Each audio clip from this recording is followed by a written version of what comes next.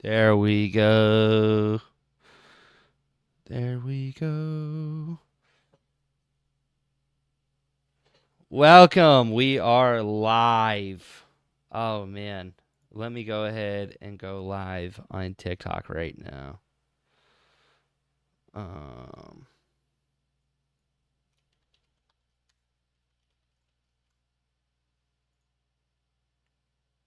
Bada boom.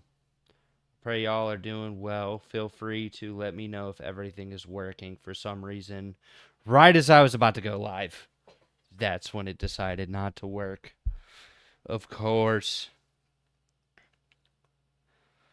All right. Just making sure everything is smooth. Looks good. I just recently upgraded the camera and a little bit of lighting, so hopefully it does look better. Um, I believe now I can actually start exporting in 4K. So that was my goal, is try and make it at least look a little better.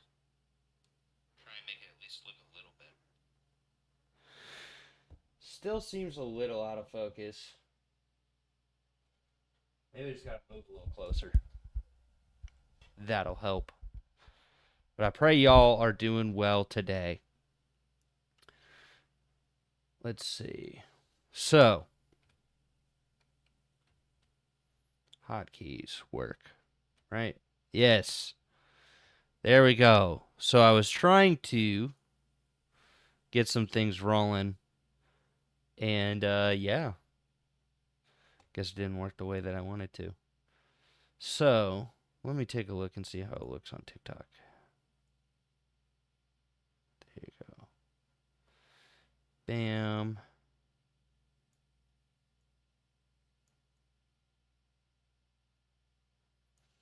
Cool. All right. So I know it's been a little bit since I've done one of the songwriter support streams. I just wanted to say thank you to everybody who's tuned in. Just trying some new things. Been working a ton. I pray y'all are doing well. Decided to say, you know what, let's test out the new equipment, test out, make sure everything's working. Go ahead, let me know if you guys can hear me.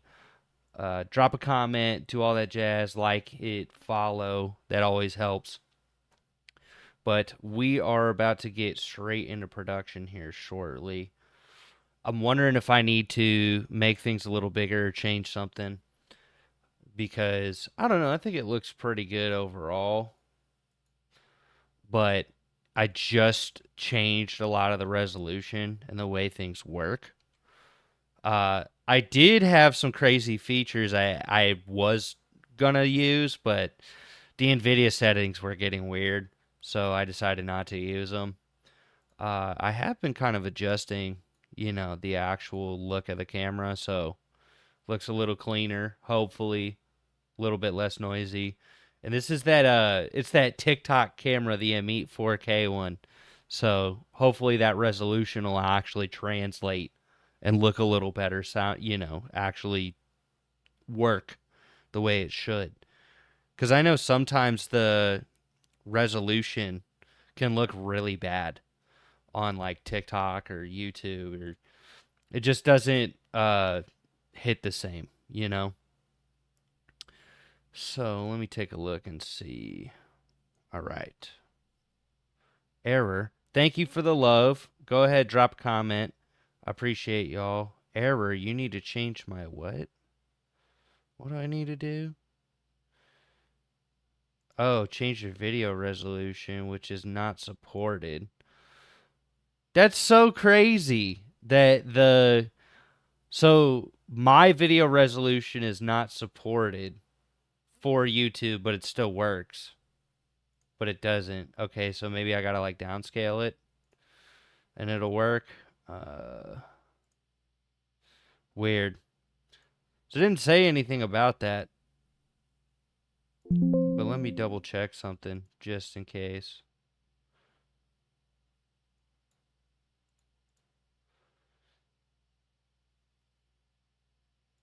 Because it says it works, but it says there's an error. You need to change your video resolution. Current resolution is there, which is not supported. but it's showing that it works. Hello. Yeah, I don't get it, man. Like I upped to 4K and I guess it just downscaled it. Not exactly sure. What's good, bro Chacho? What is good, y'all? Thanks for everybody hopping in the stream. It's been a hot minute since I've been on. I got one of those cameras from the TikTok shop, so I decided to. I didn't buy it from the TikTok shop. I got it from Amazon because I got it same day. But hey, it shoots 4K. It actually does look pretty good. You just got to get your lighting settings right and adjust a couple things. And I think it's worth it. This is also the one that I need to actually get batteries for the remote because they don't send you the batteries. But if you get up close, like honestly, the focus does look pretty good. It actually does a good job. If you have like a ring light, you've got some basic settings. Yeah, like it shoots 4K for less than $100. Like, and I got it same day shipping, which is kind of wild to think about. It was like this is the future we live in, I guess. But good choice, man. I would say like it's pretty decent for less than $100. Like if you have decent lighting, you fill the room, it works. But yeah, not worth it. I mean, honestly, do you have a camera? Like, do you make videos? Because the thing about it that I've learned is not worth it for the moolah, less than $100 for 4K. Yeah. I mean, if you've ever paid for a 4K camera, I would disagree.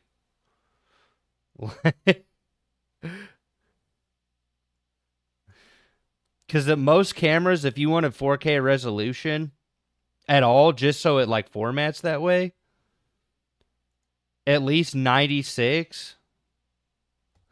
Here's the other thing too: is YouTube actually is downscaling it, so it's compressing it down to 1080 because it doesn't support 4K on stream, but it supports it in if you export.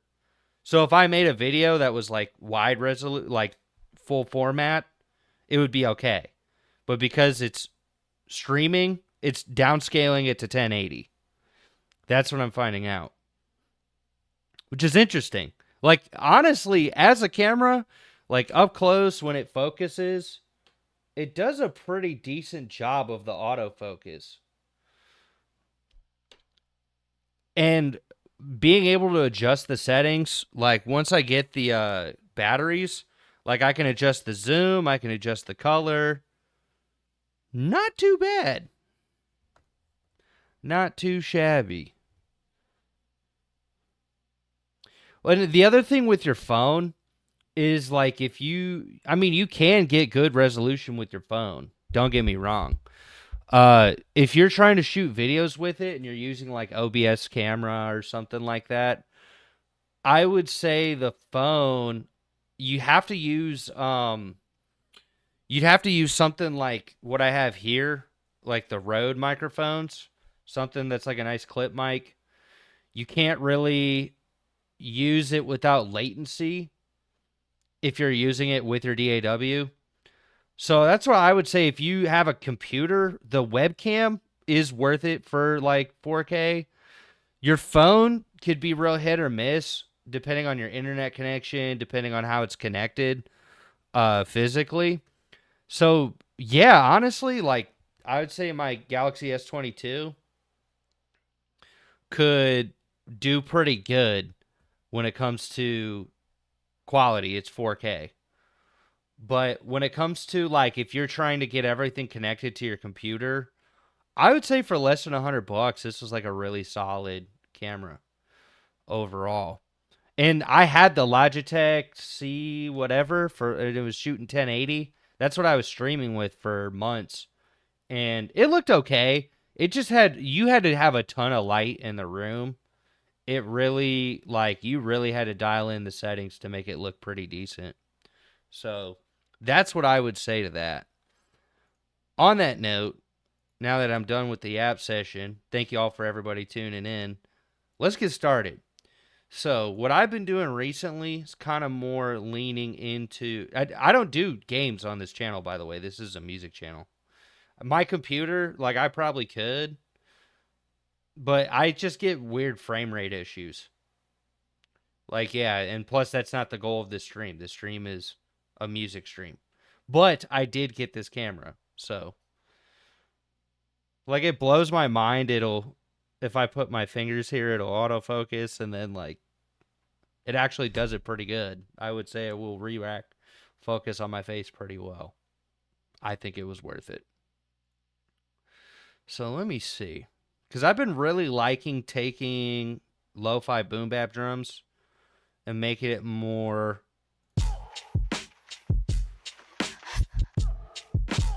Let me see.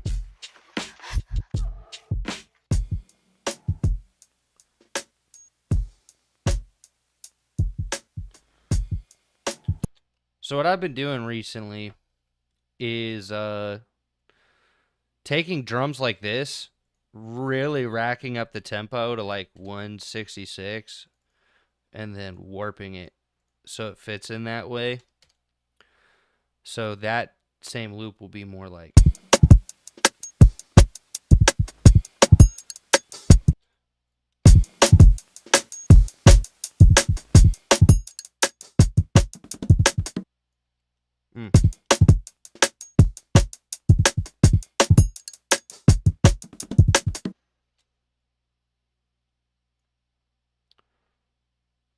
Oh yeah, of course. You just got to keep messing with it. You got to find the right sounds. Let me see. Like, I like that one.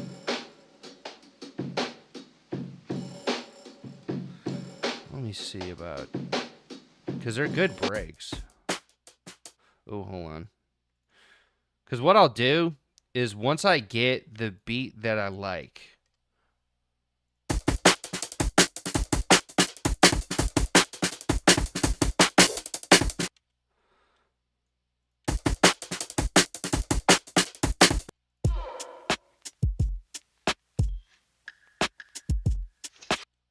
Oh, hold on.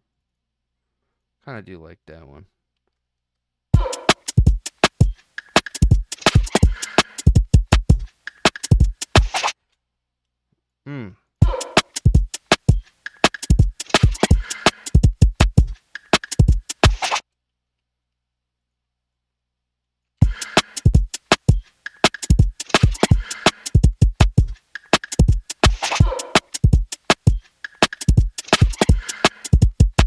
And then I'll blow it out distortion wise. I'll make it sound real crazy, real blown out. That's what I really like doing. I've been really on this kick of taking like boom bap loops or other types of loops and then putting some like crazy distortion, kind of heavy dynamics on it.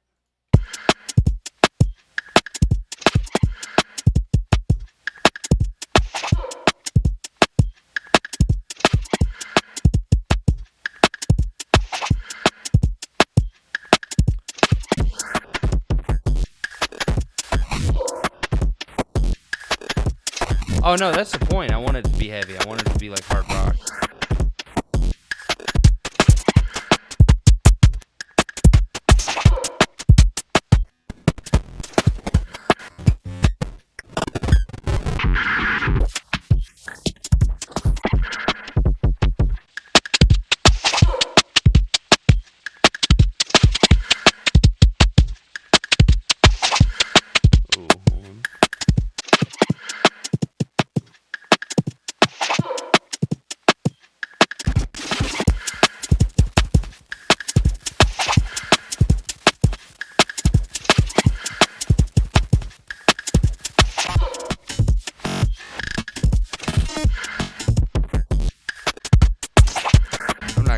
Kind of did like this one.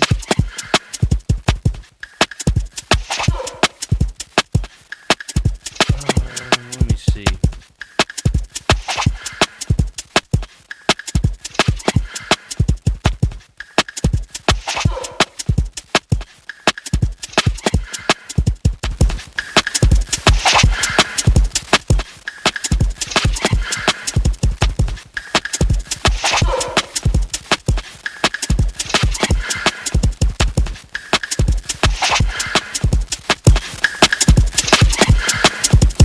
Also, man, this free plugin right here, so good. He keeps updating it, and it just keeps getting better as a user interface.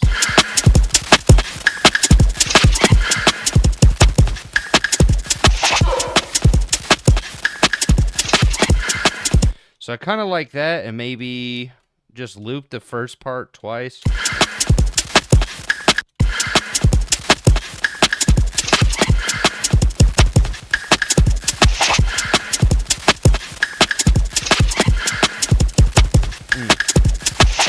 Okay.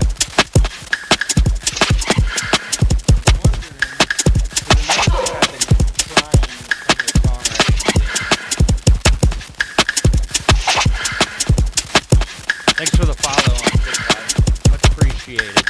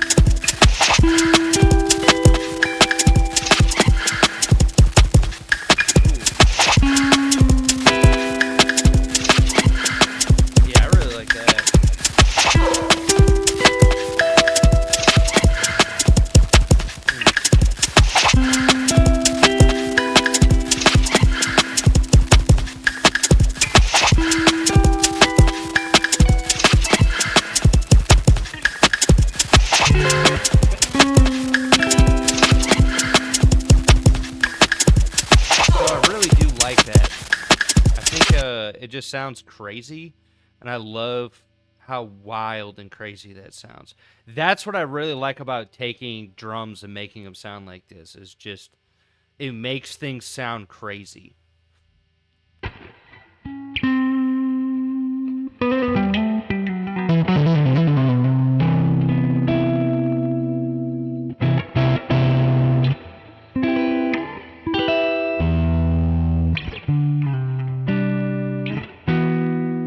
So that's kind of cool. So, ooh, put some drums. I mean, the drums are playing. When they are. Yeah, I'm just thinking.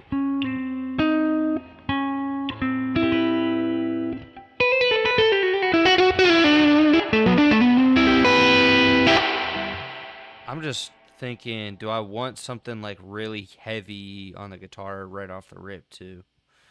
Because I've been really liking that same distortion on guitar in front of the amp. It kind of sounds wild. Not the same exact setting, but maybe.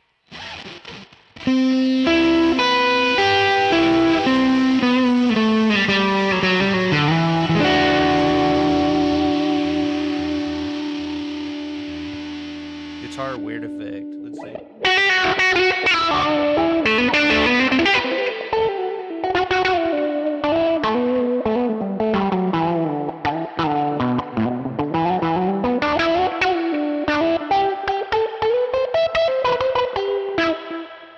That sounds so wild, dude. It is weird.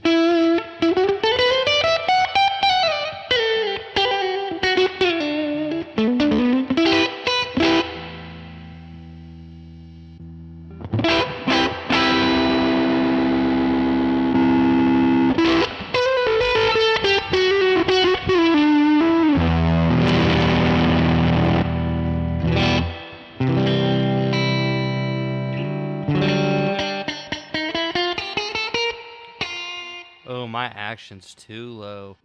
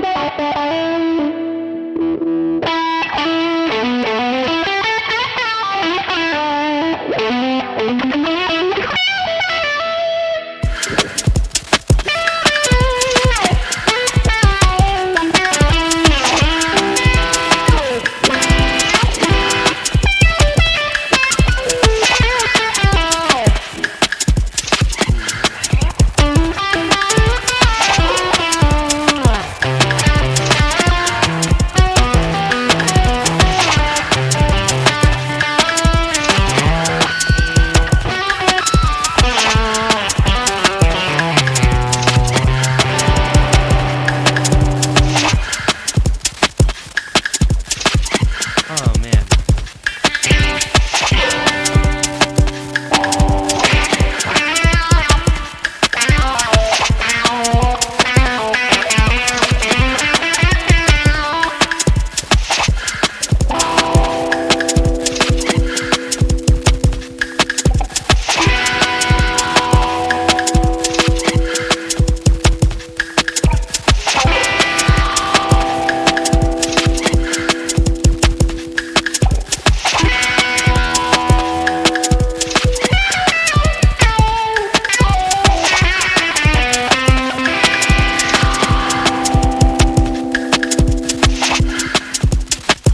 Are you just spamming chat, bro?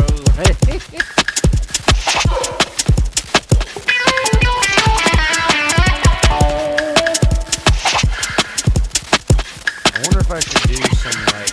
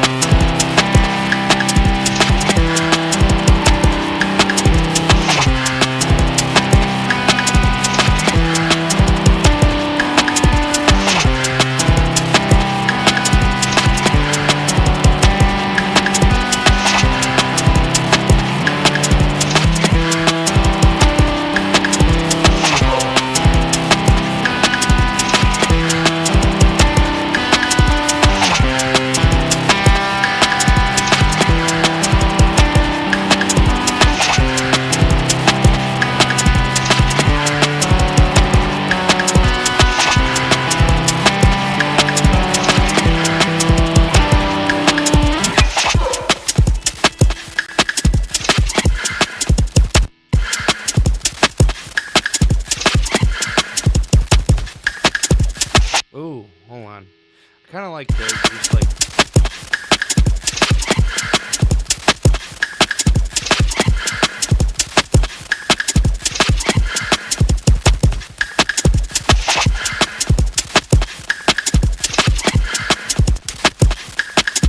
Yeah, that's better.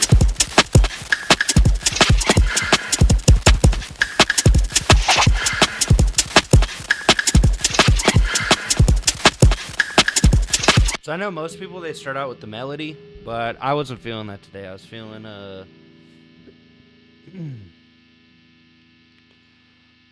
Oh, is this only the top chat? Let me see. Is Carlos Day? Oh my goodness, bro. You are spamming. I mean, I appreciate the engagement, but oh my goodness. If anyone else wants to step in and say something, let me know. Because this is wild, man. Oh, man. They're spamming on the YouTube side, by the way.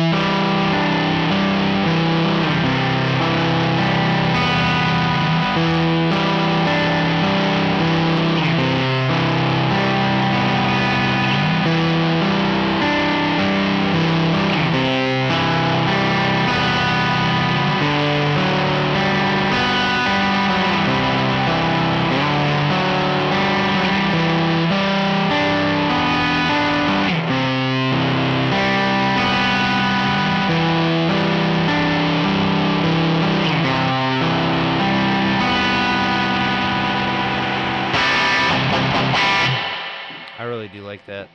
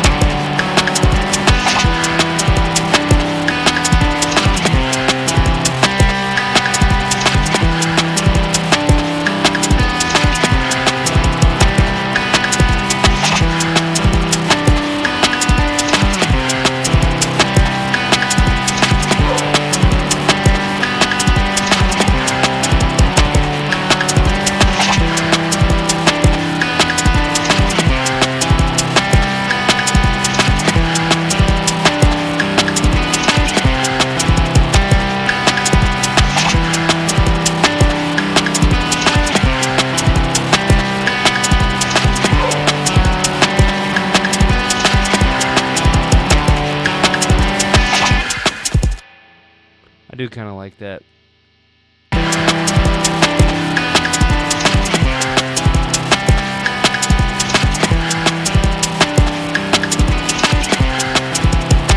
All right.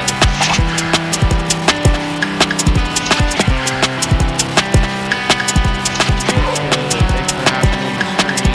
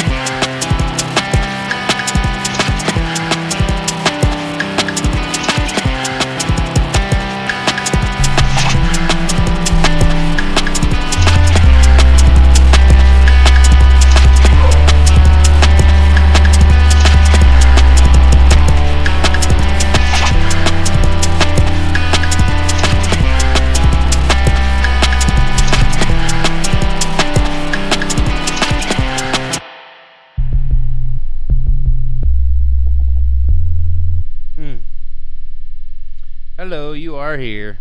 Thank you. Oh, no wonder.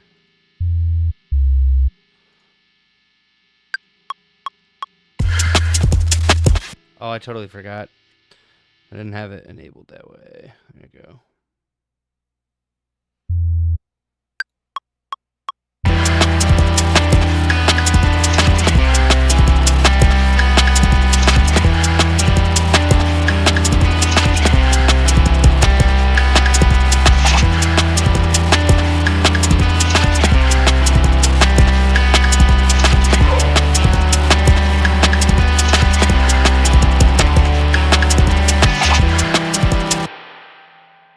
Mm.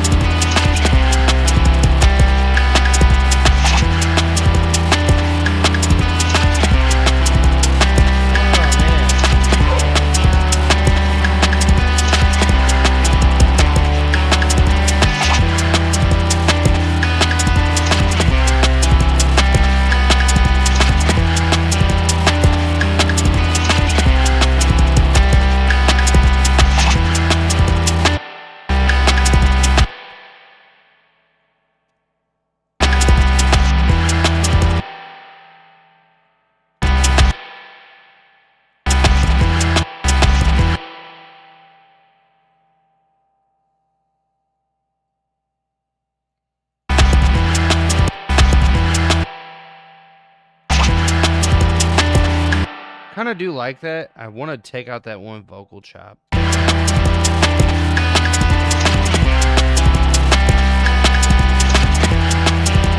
is it?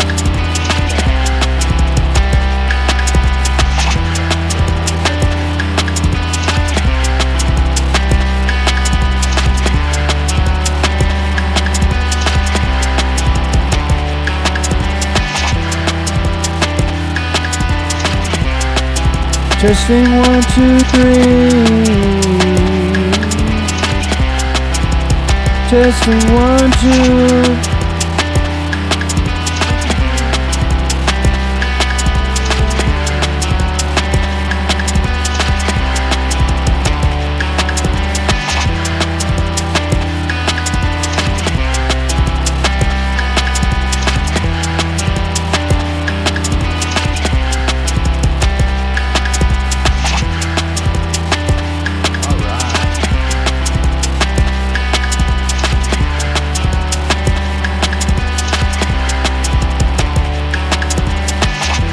Thank y'all for the follows so far and checking out the page. Appreciate it.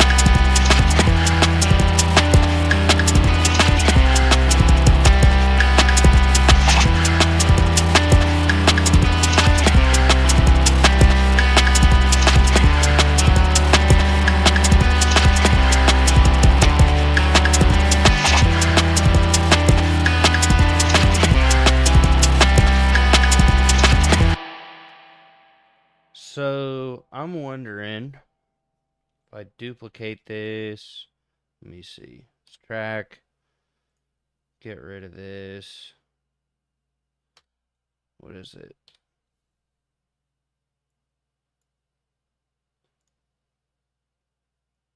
Boom, boom, boom.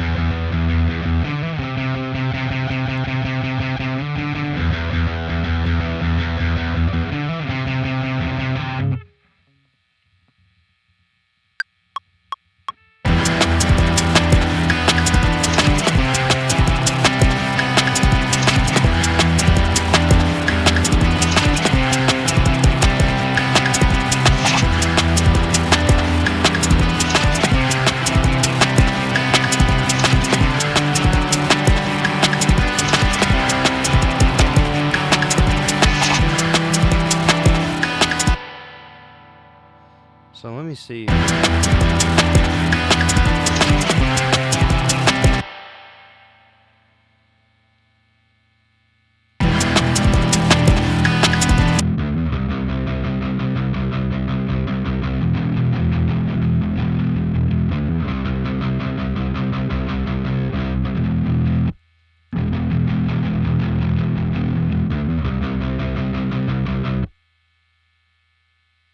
Okay, good. Just trying to see if I got the settings right.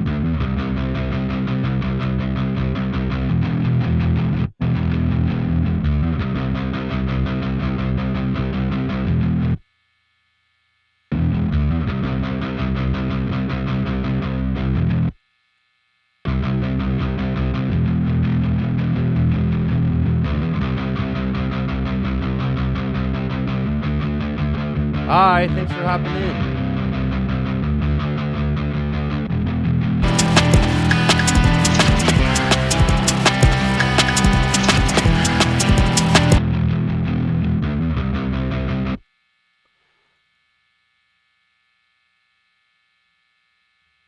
Oh, crap, dude. Why did I do that?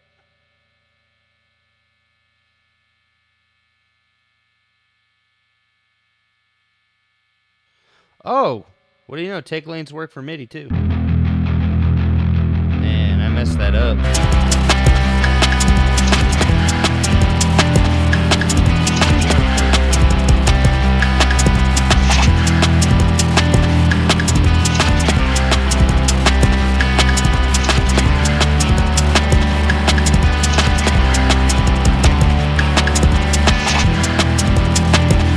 You mean like an hour earlier? It's like, no, I had life stuff, dude. I think 9 was perfect for me, at least. I don't know, maybe a little earlier. Tomorrow? No, I planned on working tomorrow. I have a job. Curse the 3-letter words. I have 2 of them, actually. But yeah, I don't plan on streaming tomorrow. I stream when I can. But, I mean, if it makes sense. If I can get more people involved with it, yeah, for sure.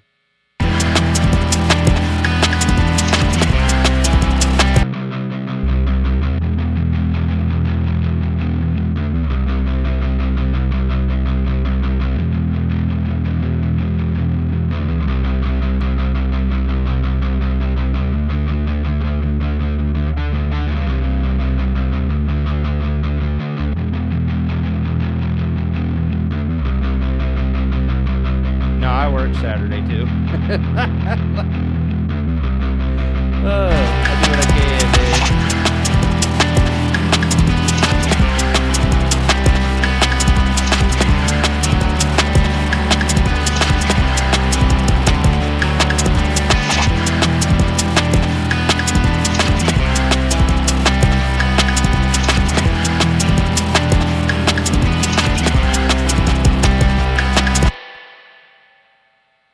Let me see if I can find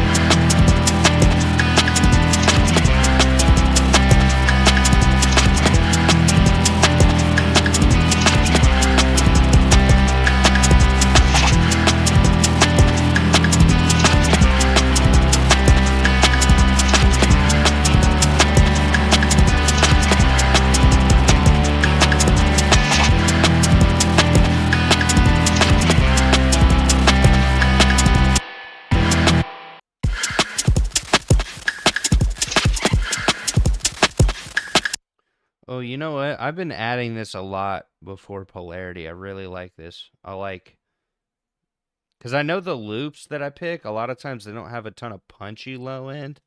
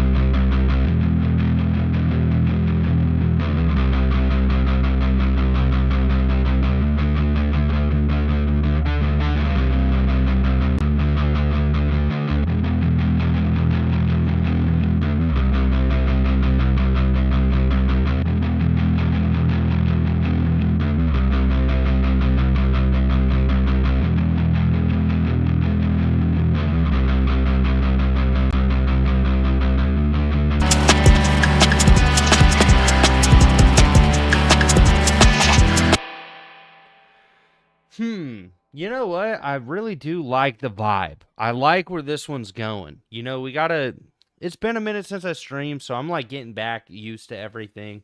So I just want to thank everybody who's been tuning in, like checking out the page, seeing what's up.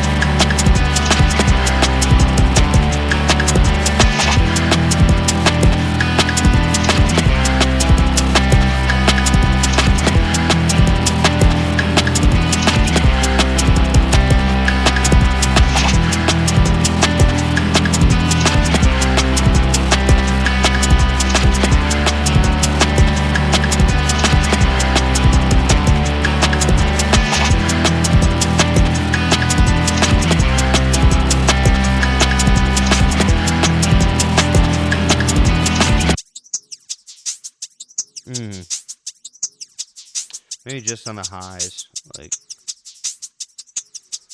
yeah. Just getting a little bit of money.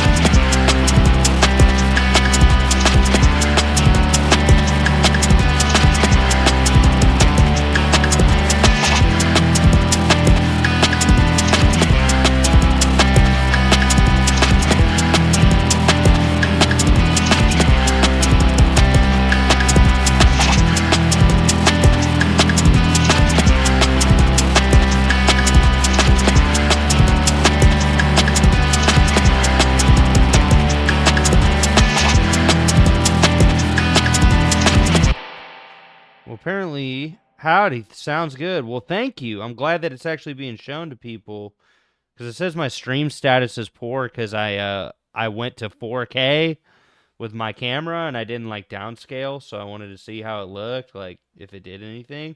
What's good, Dr. Love? Thanks for hopping in.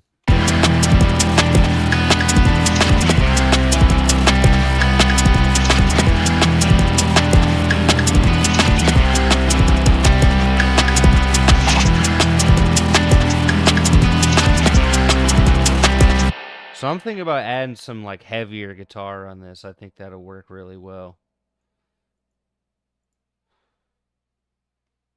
My guess is if I stop streaming, it will... Let me see. Because it won't let me change the resolution.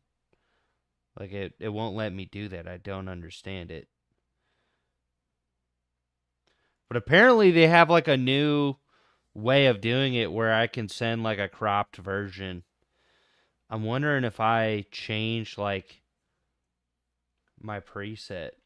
I wonder if it'll let me. Oh, it won't let you change your profile unless you're... Oh, okay. Got it. Interesting. Yeah, it's been a minute since I've streamed on here. It's probably been about a month or so. But, hey, man, I think it sounds good, too. I think it just needs more. It needs some, like, pads or something like that, like stuff in the background. Let me see. Downloads. There's, like, a nice...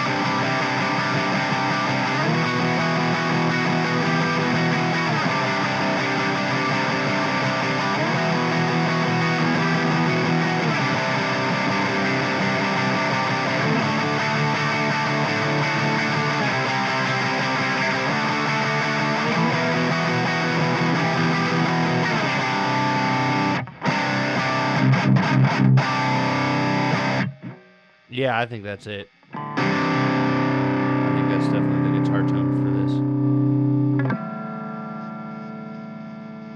I want to duplicate that. I'm just playing in standard.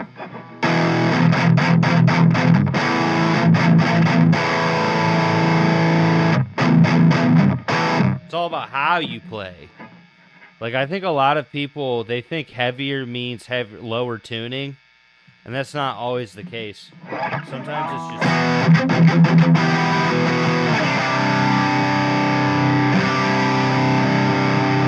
Because I could, you know...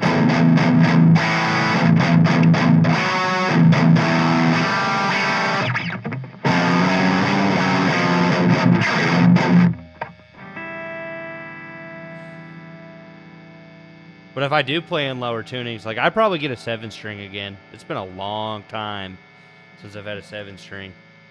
I've thought about it, but I'm like, nah, there's debt I gotta pay, dude. There's other stuff I gotta pay, and I'm like, I've got a good guitar. I've had this for a very long time. I just got a nice, cheap 4K webcam that got it for less than $100, and it does a pretty good job of autofocusing and looks pretty decent. I'm surprised.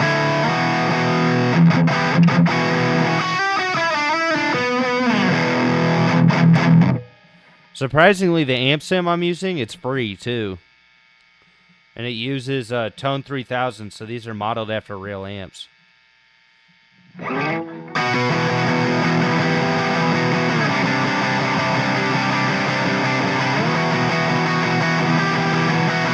You know what? I think I'm gonna put my string stop on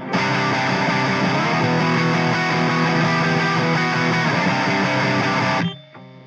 What's good, man? I thought you were leaving for the night.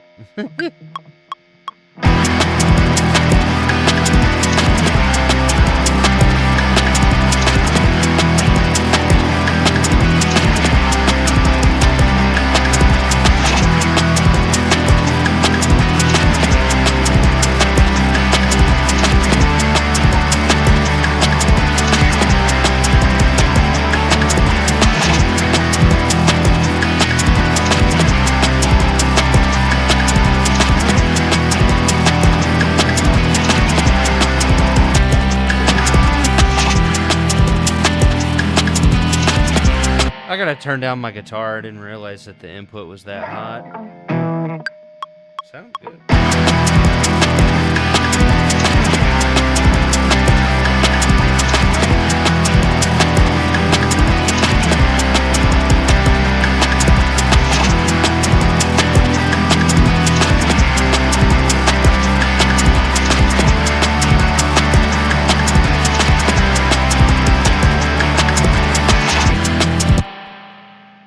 I like that.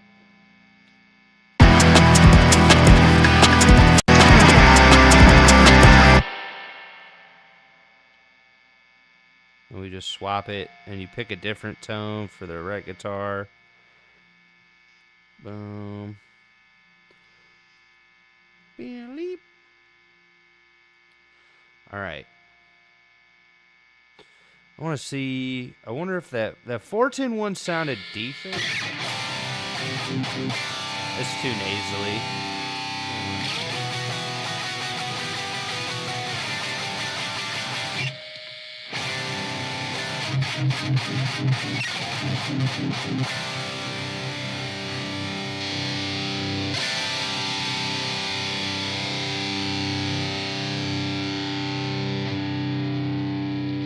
Any album, band recommendations? Ooh. You know what's crazy? So I just started getting back into Christian deathcore and death metal, and I would say Glory and Immortality, Impending Doom. Thanks for the new subscribers, by the way. And With Blood Comes Cleansing. What was their EP that I will listen to? Yeah, With Blood Comes Cleansing full album, like their self-titled full album. Oh my goodness, dude. I've been hitting the gym pretty hard recently, and it's been getting me through some, like, I'll be in there for like an hour and a half, almost 2 hours. You know, I'll probably do like 25, anywhere between 20 to 30 minutes of cardio before I go like lift. And I only go about 3 times a week. Oh man, it just gets me through my workout. Let me see. What's another band I could recommend? Personally, Holy Name. Anything that I feel like they've dropped has been good. Even the live stuff is super good. It's just I really have been getting back into Christian metal again, because I was making Christian hip hop on this channel, and I just feel like I've kind of drawn away from Christian hip hop. And it's not like, I think what it is I've noticed that there's a lot of it's becomes very, very saturated. And I've gotten to this point of like, I tried working with many different Christian hip hop artists, and even just tried putting out free stuff to like connect with people. I've only had one collaboration, and it went well, is with Jose Ghostman. I would do it again. I would work with Jose. He's awesome. Awesome dude. But, you know, he's got a life. He's got a wife. He's got kids, you know. He's got his own thing going. It was really awesome to collaborate with him. Everyone else I've tried to collaborate with, like, way more egotistical. Way, like, most of them don't communicate well, or they, like, cut me off. And there's maybe like one other person I have in contact that I would work with, and he just had a kid. So I'm kind of like I don't know. I feel like it's like God's drawn me away from it, and I felt more passion towards making rock that's blended with all the stuff that I have now. So yeah, like a lot of stuff I've been like getting into is the super heavy Christian metal. That's kind of the vibes I've been listening to. A lot of Impending Doom. The Glory and Immortality new record is super good. It's not a full album. Oh, and Holy Death. Those like 2 songs that they just dropped. Oh, and I heard Bloodlines they dropped a new song with the guy from For Today, and I haven't heard it yet. I gotta check that out. Shout out Bloodlines. See, this is what I realized is like my music, this stuff, I feel like I could if I started really putting more of it out there and pushing it, I think I could fit in that pocket. Like the Face Down Records pocket. Like something where it's unique enough to where it's different and but it still lands in that Christian metal category. I feel like that's where a lot of my music is sitting right now. And I just got to get back into playing more and writing more.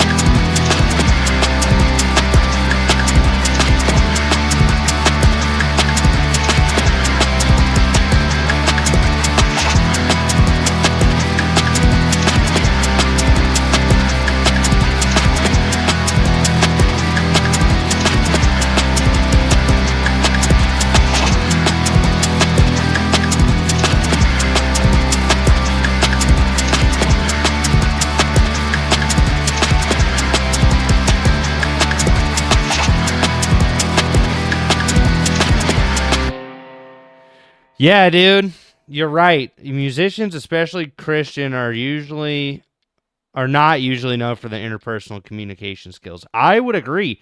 You know what? That's really convicting too, because I just started going to Life Group, and what drove me there was a church service where the pastor, and thanks for hopping in, Tyler. Thanks for everybody who hopped in. It was my pastor at my church. You know, I've been like praying. I'm like, God, I feel so lonely. I don't know why. And the first thing he says, when you feel lonely, don't isolate yourself. And when that happened, it clicked for me. It made me realize, oh, not only am I the problem, but it's all my fault. And I have to actively be like seeking community. And I've realized that we as Christians should be better at communicating. Like we really should aim to communicate more with our community and the people around us. I've realized, like, when I was in metal, oh, dude, it was awesome. Especially, like, when I got into the metal scene, I knew a couple Christian metalcore bands, And I used to go to churches, and this is way before I was saved. Like, personally, I would go see metal shows at churches in Goshen, Indiana. And I knew those guys, and they were super awesome. Like, I loved watching shows and watching them perform. And now I agree. I think social media has ruined this things for a lot of people, like it's made it harder for people to feel like they can really communicate how they feel without feeling like somebody's going to record them and document them if they make a mistake or say something wrong. And it's so true, man. Musicians are really bad at communicating. They're really bad at communicating. And it's not only the, oh, well, I can write lyrics or anything like that. I think now, especially, most people that really get somewhere with their music, they don't always make music that tells you a story or communicates an idea. It just communicates a whole bunch of lines together, and then they call that a song. And I think this is a big hurdle that a lot of, like, musicians need to think about. This is why I've been reading a book literally called Writing Better Lyrics. Like, this is it's really challenged me as a songwriter. The light's probably a little too close for you to see it, but yeah. It's actually a really solid book if you want to get better at writing lyrics and telling stories through the lyrical perspective. Because it doesn't just break it down into rhyme patterns. It breaks it down into perspective. It breaks it down into how do you describe things. It breaks it down into language, like, the point of what you're saying and how to bring the point home. Because I think most people, they're writing stuff, and I've fallen victim to this too, of just writing stuff that doesn't actually provide any real substance. And it's because it's algorithmically pleasing, and it sucks now, Like, I think that I think soon it's going to get to that point where people are just going to get tired of it if it's not actually thoughtful. So yeah, that's my little rant on that. Sweet,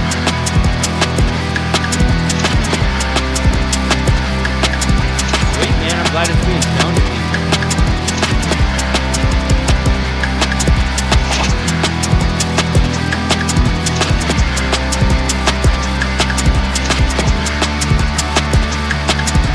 Okay, cool. So I have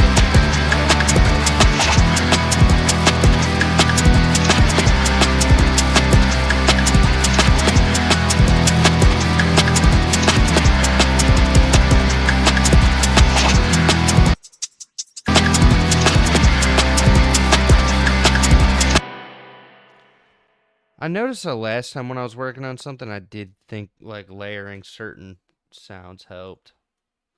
What was it?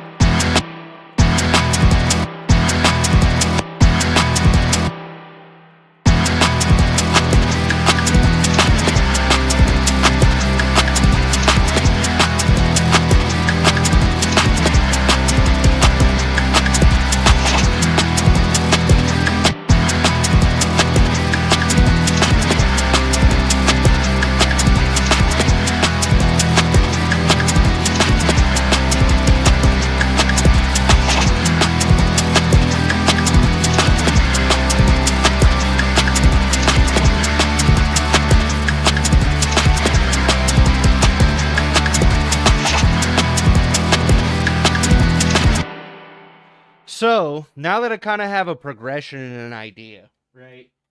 I think it's time to add some synths.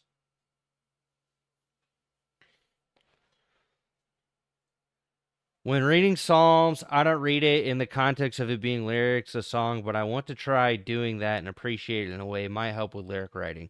Yeah, and you know what that really boils down to? Because I do talk about that quite a bit on this stream when I was streaming. Is like the thing that made the Psalms so powerful as songs was the honesty of what David was experiencing.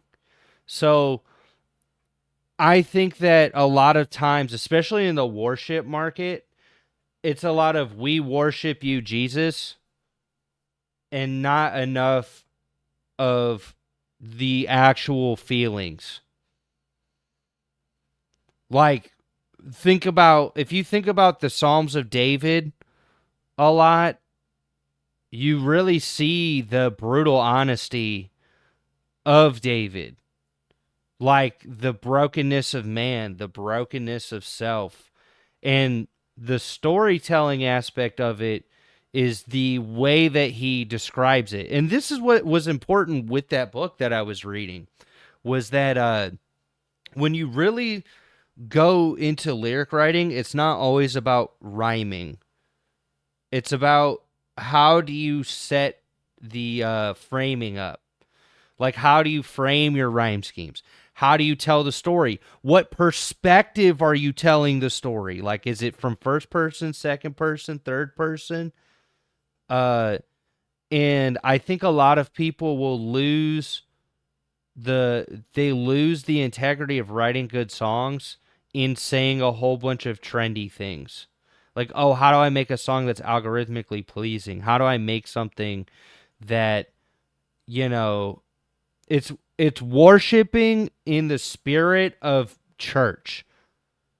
Yeah, it's just a whole bunch of random syllables and sounds that sound good. It's not necessarily actually telling a story or a real perspective. It kind of like it, it's just making stuff that these words would make the average the average person go, ooh, I can relate to that, versus you telling your honest truth and somebody being like, you know what, that's very relatable. Because I think we've all been through hardship, but sometimes telling a good story can remind someone, one, how good they might have it, but two, like, how good God is. Or it could actually help somebody who's going through something that they couldn't put into words. And because you were able to, like, tell that story, it helps. Yeah, you're probably right. It's probably a little bit of autism. A little bit of ADD, ADHD, very possibly. Probably some trauma sprinkled in there too. And here's the problem, right? The thought process isn't the issue.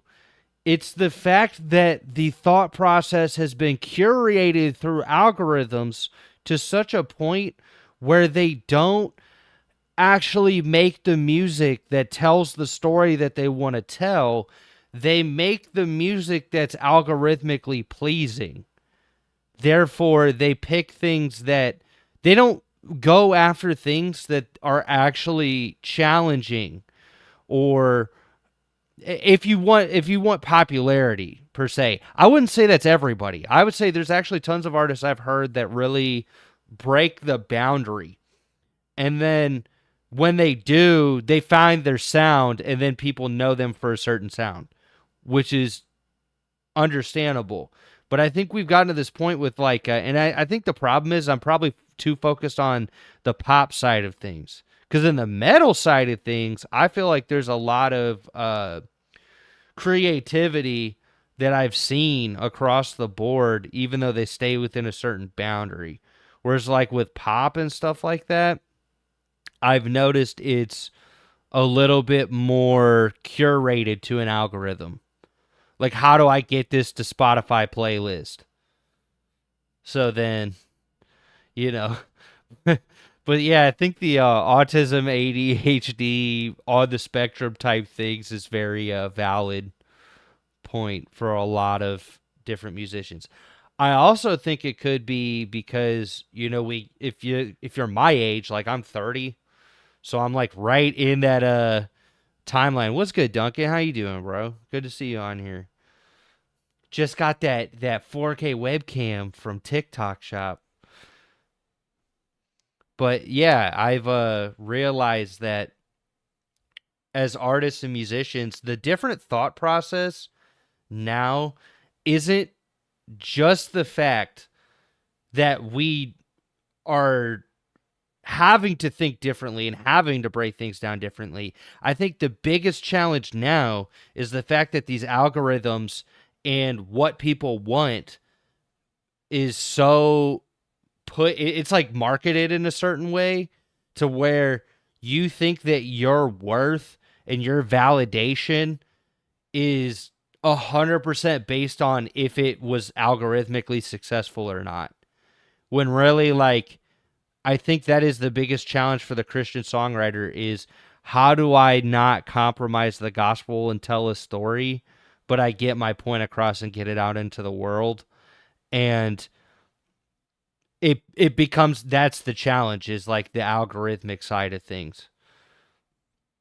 But I think all of this is very true. I'm glad that we're having this conversation on YouTube. If you're not seeing it in the TikTok chat, because like nobody's on the TikTok stream, I don't know what's going on with that, other than people not liking and sharing and doing all that stupid stuff that makes you get seen. All that.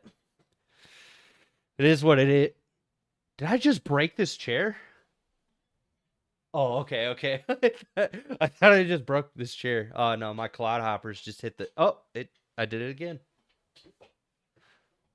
Yes, I'm doing a YouTube Shorts live and a TikTok live. I might actually switch to sideways because I found out that YouTube can do vertical and sideways. Yes, but that's if you guys do want to follow me on TikTok, it's still at Songwriter Support. So yeah, here's what I'll say about YouTube Shorts Live. I think that there is more engagement. You can't make money off of it unless you're like doing a ton. But I think you can, if you have OBS, you can set it up to dual stream on TikTok and YouTube if your computer can handle it. And you don't have to pay any money, which is pretty cool. So I've been doing this whenever I do stream. And this is the other challenge with this whole like music creation thing. It's like now everybody had for you to get seen, you have to like show everybody the process. I don't want to say magic because that's not condoned in the Bible, but like like you have to show everybody the process of how it's done or they don't believe or it's AI or they don't believe you or it's like yeah, it just doesn't it or you use it to make content, all this jazz. It's so ridiculous at times. But I'm grateful cuz like it's kind of cool that I can do this now. I wouldn't have imagined this like 4 to 5 years ago. Yeah, it's tough, bro. I think I just saw your video about patience. I needed to hear that. I posted that on TikTok, by the way, guys. Because I don't post everything on YouTube. YouTube likes to nuke my stuff if I post too much on shorts. So, yeah, patience is not just a virtue. It's a thing we have to exhibit and as a Christian. And what that really is long suffering. As in, it's going to be a long time of you suffering. That's the deeper I get in this, the more I realize that's true. What DAW is that? Ableton Live 12. Ableton Live has been my favorite. I've been using it since 9. I think it just keeps getting better. It's really good. They do such an awesome job. And I can also eventually format, once I write all my songs out, I'm going to build a live set so then I can start performing. Because I've been thinking about this. I want to build at least like about 15 minutes, something like that, like 10, 15 minutes and start gigging this, but I wouldn't mind actually recording a live playthrough of some of the songs and then posting it on my Myron the Disciple page, which is where the final project ends up. I've got like 2 or 3 songs from Stream that I finished up right now that aren't out. I have one called Alone that's out. No, you don't pray for patience, bro. You know what you get? A whole lot of waiting. Like, this is why you don't pray for patience. No, you want to pray. Here's what I'll say. It is good to pray. Praying for patience is a lesson that you will learn because God's been waiting on you in most cases. Or like, if anything, it's just more so admitting that you can't do it on your own. That's probably been the big thing, is that's what you really have to be patient with, is admitting that what you're doing, you can't do it on your own. You need God, and you need him to guide you through it. And then that's what the real patience is. It's long suffering, because you shouldn't need to pray about it. If anything, it's already for, if you pray about it, he would probably point you to his word to show you, like, this is a part of this. You know what I mean? Like, this is all part of the process. Pray for his will in you yes, that's a better way of putting it. Because he's going to make you wait either way. It's true. Like, I agree. It's praying for his will in you as it is in him. That's a great way of putting it. Yeah, you too, man. Share the stream, like the stream. It helps a lot. Also, subscribe and follow. Do all that jazz. That helps your boy out.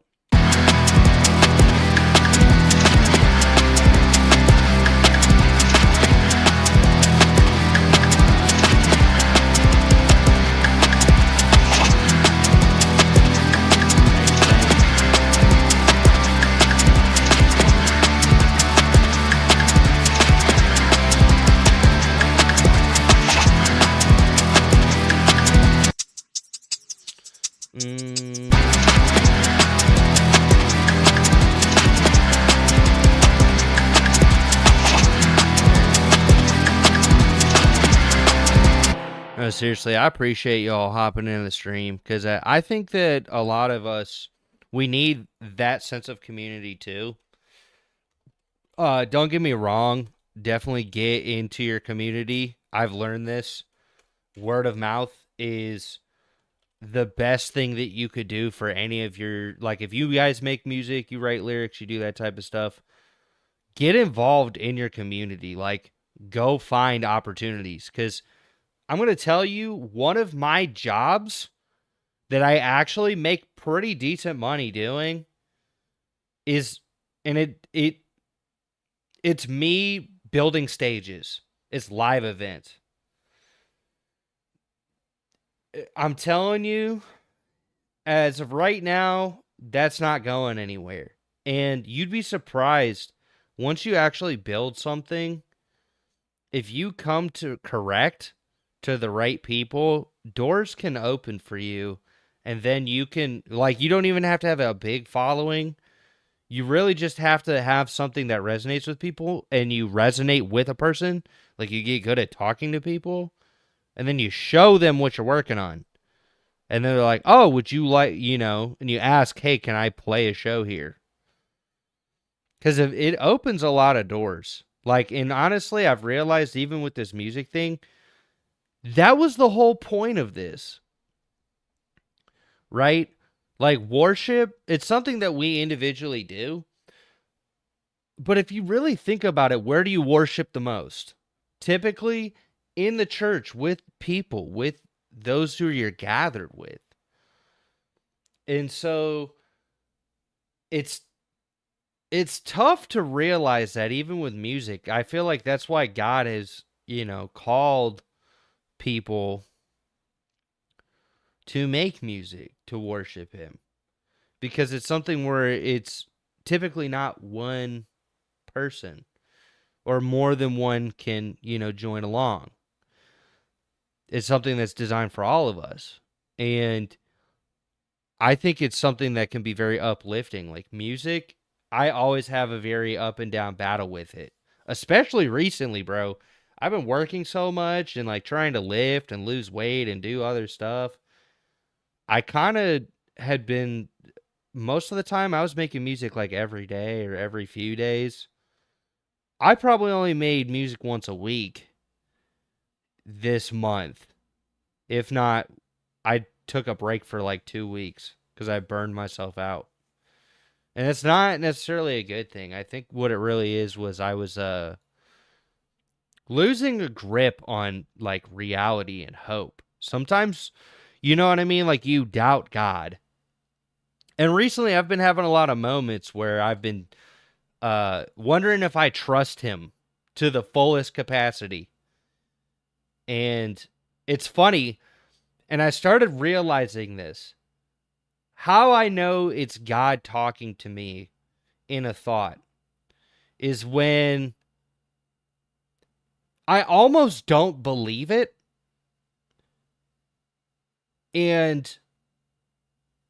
But then in me doubting, I'm like, okay, whatever. And then it comes true. For example, I was at work the other day. Their schedule told me to show up at 9 a.m. And come to find out, I'm like sitting here. It's 8:55 a.m. I'd been sitting in there for a half an hour. The security desk that I had to walk up to, they didn't even get a notice that I was supposed to be in there. But I showed them my ID. I showed them the call. I showed them all the info that I had on my phone. And they were like, yeah, you're supposed to be here. It says 9 o'clock. I don't know why they didn't send us anything. And I'm just like, am I working today? And I heard, yeah, but they messed up. And I was like, what? Like, I've never had this happen before. And I've been working with this company I've been working with him for about 2 years now. Never had this happen. And I was like, okay, I believe you. So I called the hall and I told them what's going on. And they're like, no, it says you're supposed to be there at that time. But then the actual event, like client's not going to show up till 12:30 in the afternoon. So there was a mess up. And, you could just go get breakfast, go take a nap, go do whatever. And show. And I'm just like, oh, man. Because at first I didn't believe it. Like, I thought I wasn't going to work at all that day. I thought they really messed up and I wasn't supposed to be on the schedule. But it was like, no, I was supposed to be there. They just messed up when I was supposed to be there. Never had that happen in 2 years. Ever. And I've had stuff like that recently where it's like a thought and I almost doubt it because it's like contrary to what my flesh thinks. It's contrary to what I would see with my own two eyes. But I think that is the challenge even with doing this, right? Like if you feel like God has put that passion in your heart to make music and it doesn't follow through immediately or you don't see like major success, it makes you want to like shrivel up into a ball and give up. Because it's like, what do you mean I as a Christian have to have integrity and write songs all the way through and like, find artists or find a band or learn all these skills and do all this stuff. And you mean I invest all this money and it doesn't work out? But that's the whole that's what trusting is. It's going through all of that and knowing that you're going to get out on the other side. It was like the story I learned the other day.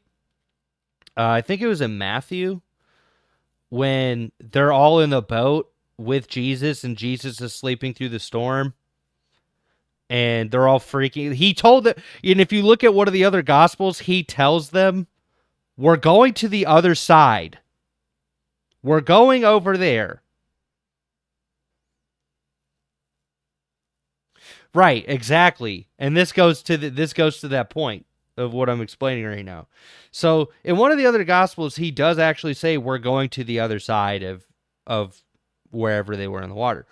And if you read the gospel that's talking about the disciples freaking out and being like, "Jesus, this is crazy, what's going on?" And he rebukes the winds and the sea and they calm down.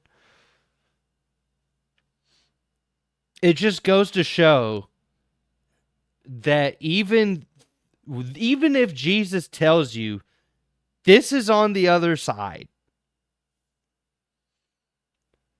we see everything that's going on in the world and everything wrong that could possibly be going on in our lives.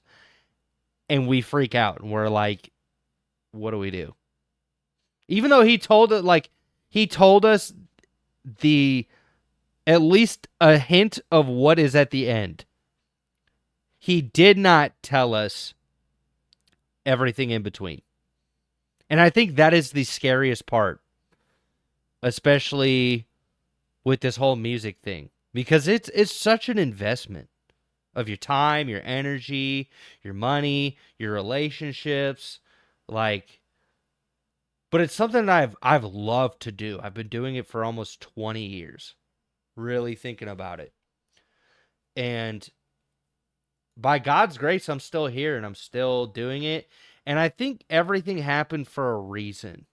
Like, there have been opportunities where I'd gotten somewhat close to like the secular music industry way before I was saved. And it showed me how demonic it is, literally, but also how much I don't want to be a part of it. How I've just never felt right. And then when I tried living in the world and doing all of that, I was empty. Like, how much it just was not fulfilling to life.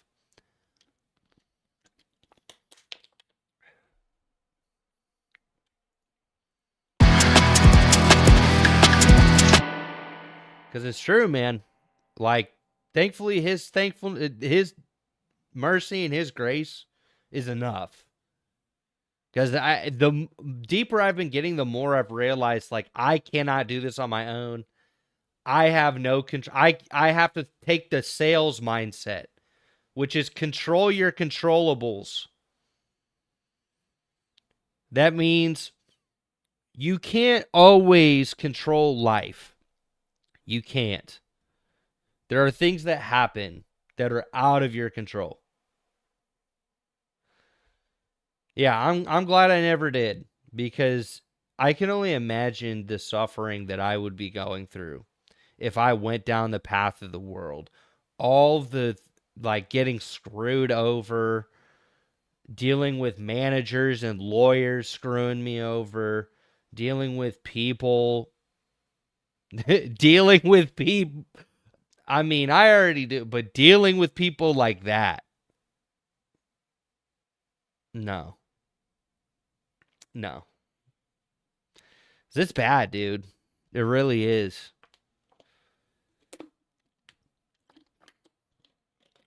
You know, people joke about it all the time, but it's true. Like, I've seen it firsthand.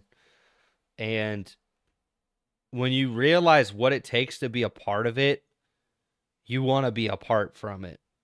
Like, you want to be away from it.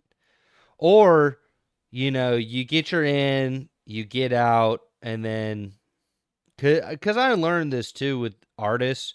There's like two types of artists, and there's no third. You either meet like the most kind and like awesome person. You meet like a real person behind the cameras, behind all the jazz, like behind all the music. You get to meet like a really cool person, a really awesome person, someone who's genuine and just loved the craft. Or you just meet somebody who, like, on stage, when they're on stage, like, they're all nice, they're all PR trained, they're all nice, but then you meet them one-on-one, No. Or they don't, in the positions that I've worked, they don't even look at you. Like, they don't even see you. You're not even, like, you're just there. So, it's, it made me realize that, like, the industry, very, very much so, is, it's destructive to the human soul in a lot of ways. And I think now it's changing so much, we have to change the way that we approach how we make music and how we engage with the world. Because I think even now, like, there's some Christian hip hop artists I genuinely am kind of concerned that I've watched recently that I think they make good music, but like I saw one guy, he got, what was his name? Aaron Cole. He got a sample cleared from Usher.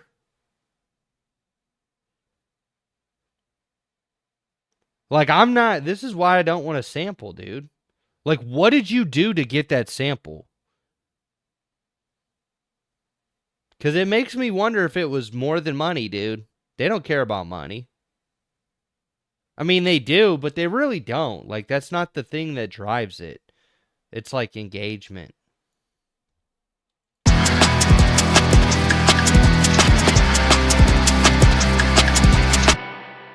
And that kind of stuff just concerns me. It really just concerns me because I've seen what people will do to get things cleared and get what they want. And if you're a believer, and you had to compromise in any way, shape, or form, like, it's not good.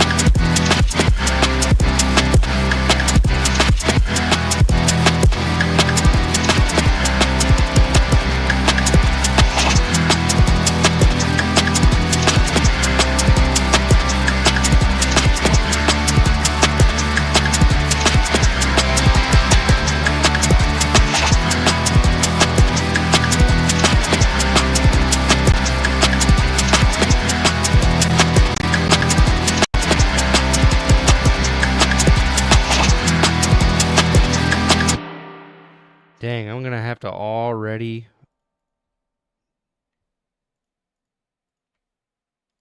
freeze all these tracks. Is my computer really just blown up right now? Maybe it is. Maybe I need to clear a couple things or update some things. I don't know. Maybe it's my settings. Very quite possibly.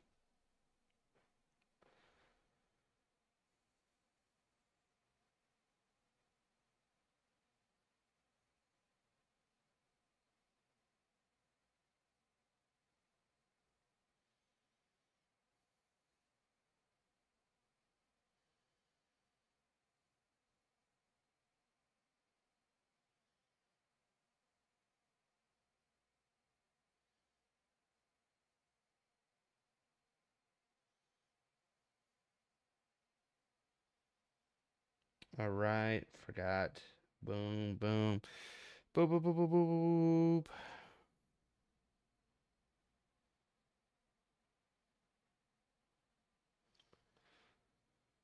Oh, man.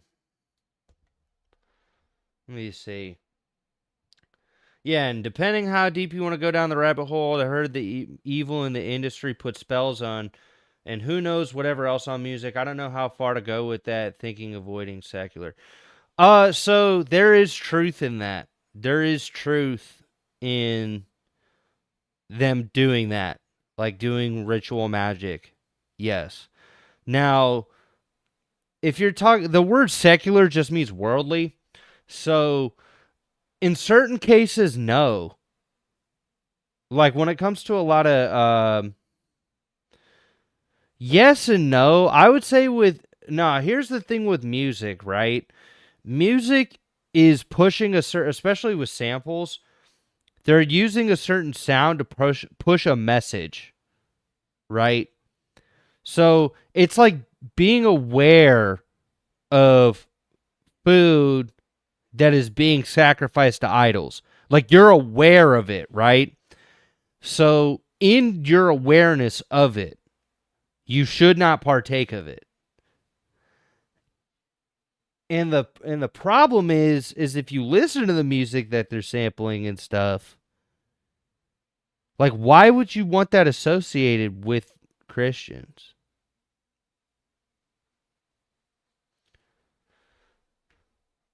Well, I mean, yeah, I think we all fall short, but there's like a line with it, right? Like if you actively found a sample from a song that you know lyrically goes against everything that you believe,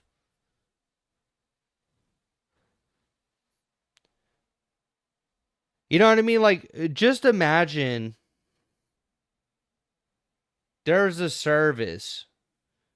Okay, never mind. I think that's the point, is that, yeah, I know we fall short for sure, right? That is to be expected. But if you've been in the industry long enough, you know, like, there's certain lines you don't want to cross. Because when you do, it's literally what profits a man to gain the whole world and lose his soul. Because there's a lot of litigation and paperwork. So for you to turn a blind eye when everything's written out for you that's the concern. It's like you're aware. It's like it's an awareness. It's not just, oh, we make mistakes or something. It's like, no. It's awareness of what you're signing off on. And that's the scarier thing about it. Like, the music industry doesn't operate on mistakes. Now, are there mistakes that are made to make songs? Yeah, for sure. But with a lot of what the industry does, yes.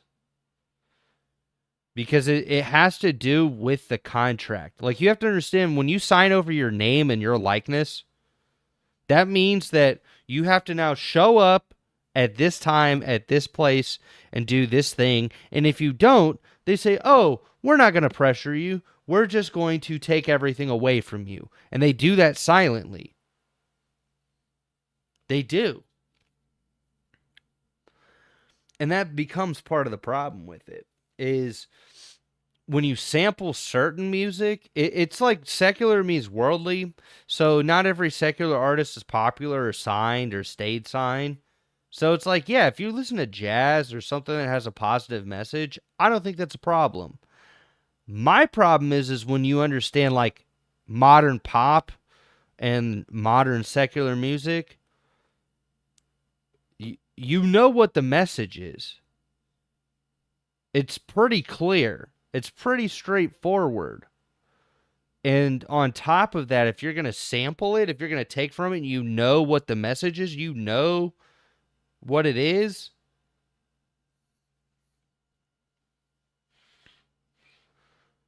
like, why would I keep eating the poison? You know what I mean? Like, why would I fall for that? Because I've seen it, bro. They do some wicked stuff in that industry. They really do.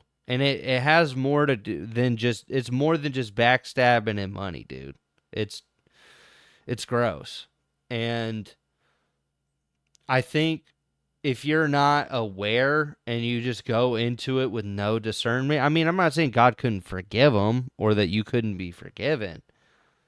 But if you know, why would you take the risk? Like, that's my mindset on it. If you know, why would you take the risk? Because I think that that is a big issue with it.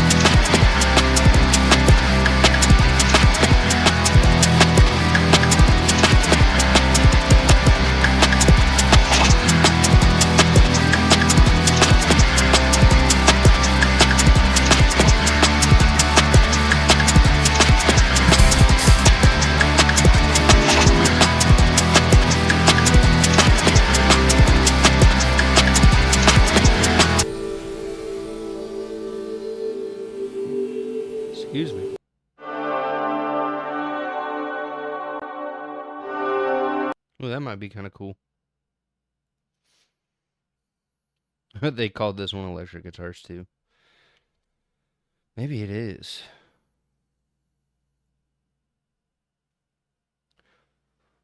Oh yeah, that's what I'm saying is like there's a line with it. So with Alice Cooper, I do believe that. I do believe his faith is true. I also don't know. I mean, we can look real quick. That might not be a bad idea. Like Alice Cooper label. We were signed to. Okay. So he was signed to Frank Zappa. After Straight Records was absorbed into Warner Bros., the brand released the major hits. He released that. So I think why did he leave Warner Bros? That's a good question. Let's see if the AI can answer it and then go find it. He was dropped by them. Okay.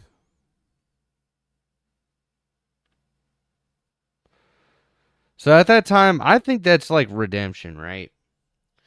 What I'm talking about is, especially with like Alice Cooper and in that era, like not everything, and this is the challenge with it, it's discernment. It's like not everything was evil, not everything that everybody did was bad. I'm talking about more so now.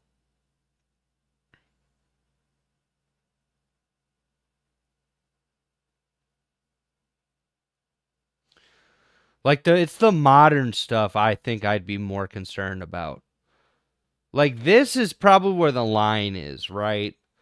Like there's certain artists and certain people that yes, they had fallen short and they did find redemption and they're continuing to move in that way. I'm talking about, okay, Christian artist calls himself a Christian, is openly saying I am making worship music, right? Like that's how they're starting. That is the baseline.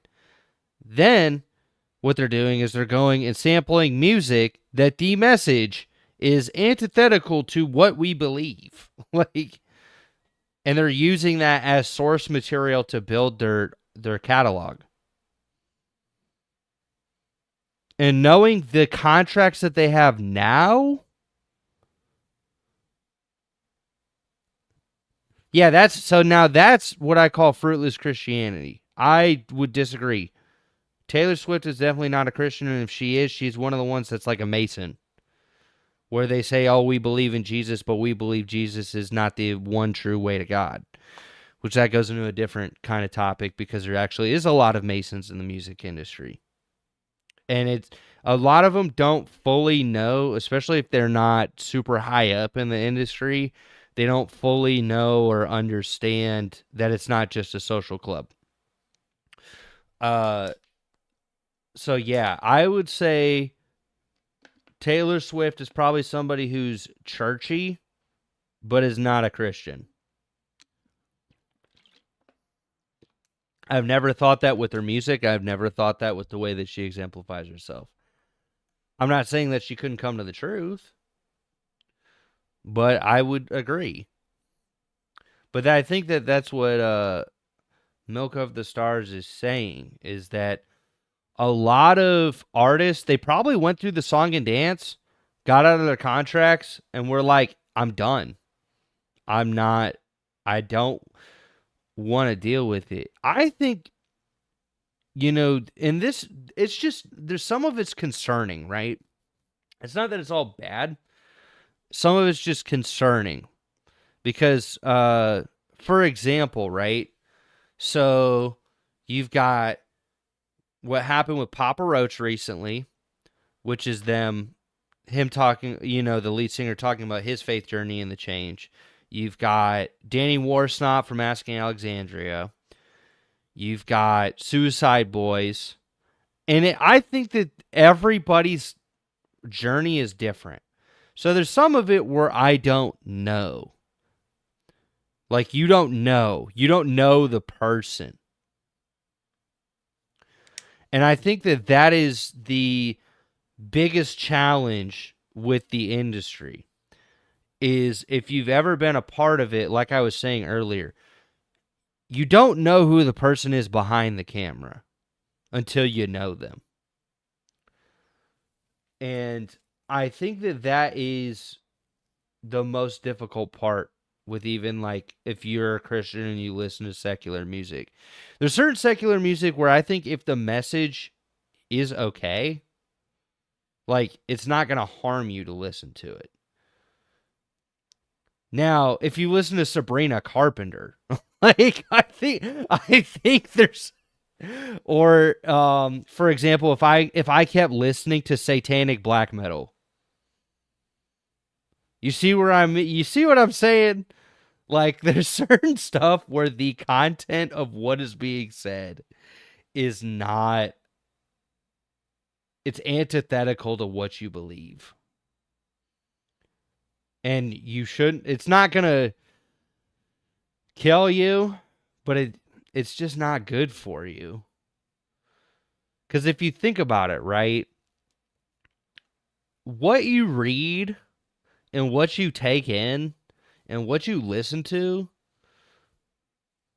yeah, like that's what I would say is I pick and choose if it's secular music what the song is because for example jazz is considered secular music.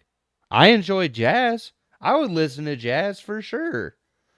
I believe that it's a gift that God gave them. They may not understand that that it was God who gave it to them. Plus, you may not know their relationship with God because they haven't been public about it. They haven't been open about it, or if they haven't been open about it with the world. Which I don't think that's always a bad thing. Like I think that sometimes keeping your faith personal and spreading the gospel in your own personal way behind camera is actually probably a better way of doing it.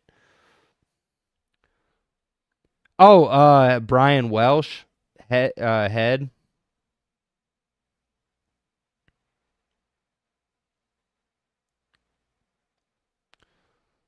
He went back to corn. What? Hold on.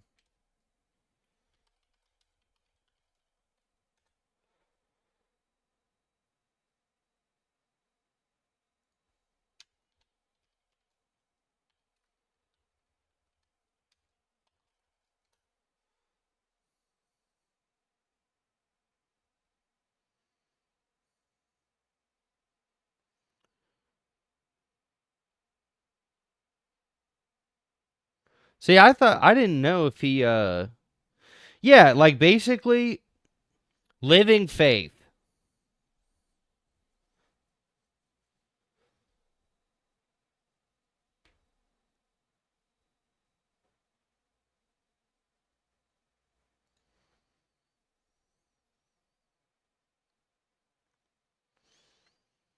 Hmm.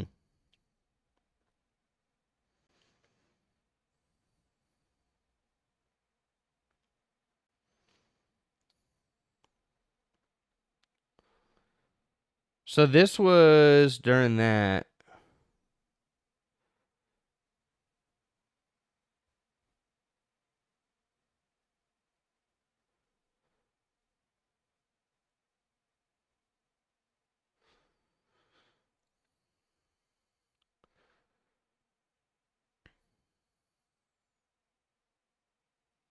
That's interesting. Like I think it's interesting. Okay. Yeah, I heard that the other day too. That one's really good.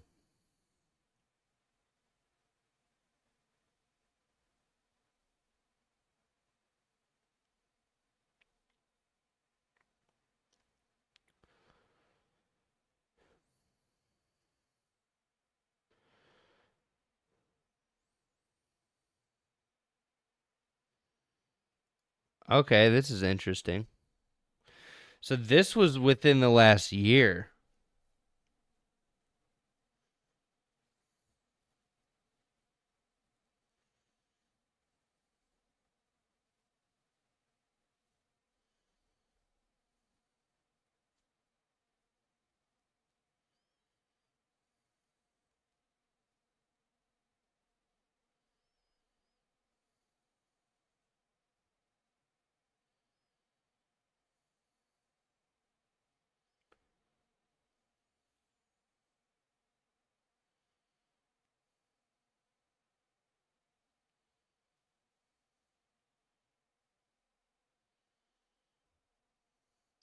So it's still not clear.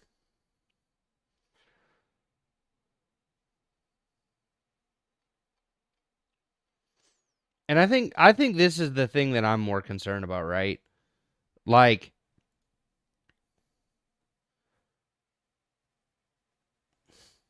you could still be saved from the industry, right? But if you, and it's interesting because the service I went to last night, it's like if you continue to live that way, right? God is still going to judge you at the end of the day for that. Like that judgment is there. However, his grace and his forgiveness is enough to cover your sin, but you have to admit that like you're wrong at the end of the day.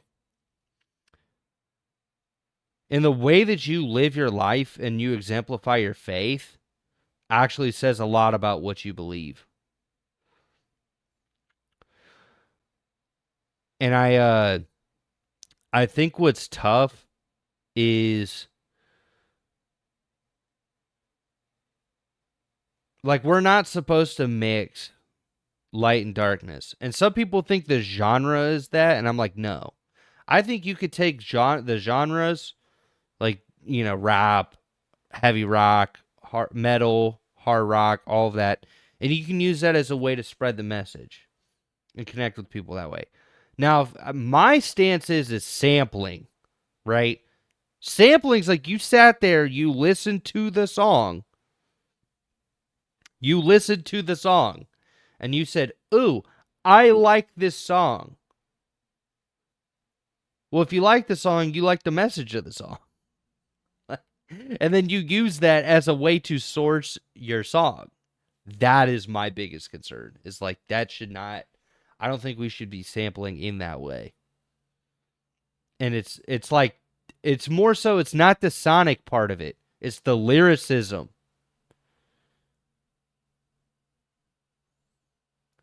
That matters more than the sonic part of it. Cuz like I could make a song that's just completely instrumental and I glorify God through that song. Some people may not even know it. But then when they actually get the opportunity to talk to me, you like a lot of Dream Theater? You know what's crazy? I met John Petrucci, and he was really cool. He told me I had a nice beard. He was cool. He was one of the dudes. He was a lot shorter than I thought he was going to be, but he's jacked, dude. He's really buff. John Petrucci was super cool, and I got to play His Majesty. I think at the time, I think it was 2019, 2020. He was freaking rad. That's what I'm saying. Is like some people in the industry, super cool. Some of them, buttholes, dude. Really rude. Like, that's an easy way of putting it.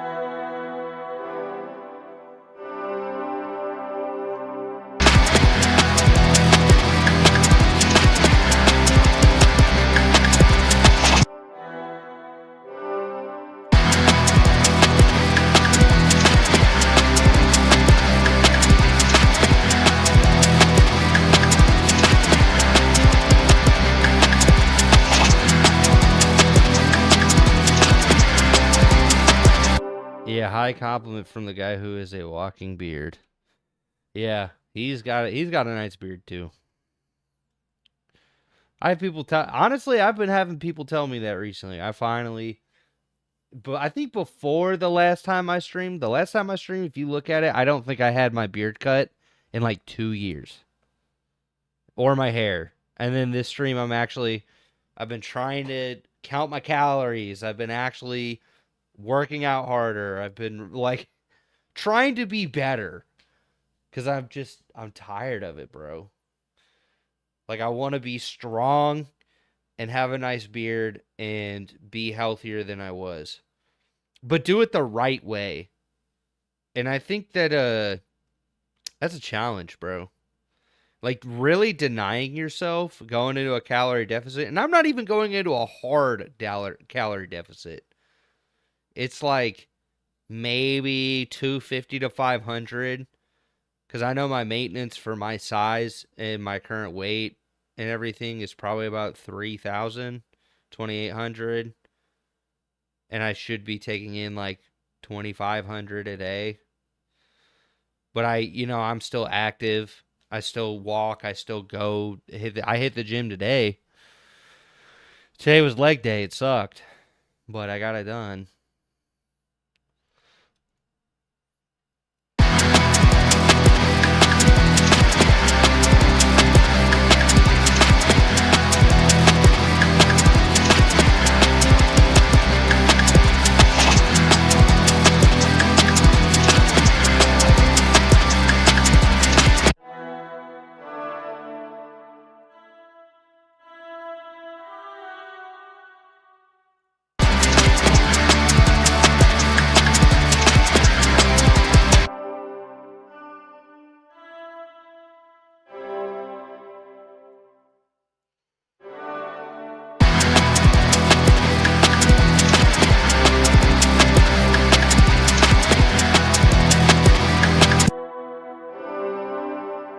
Honestly, I could pick a better sound.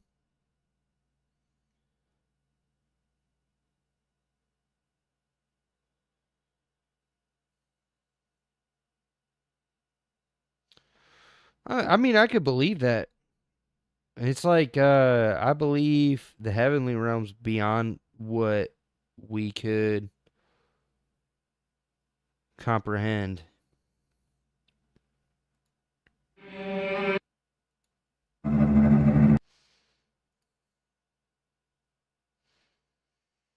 Because remember, the human form is very limited in a lot of ways. Ooh, I wonder if this. Ooh. Uh-oh. I'm gonna hit save. There you go.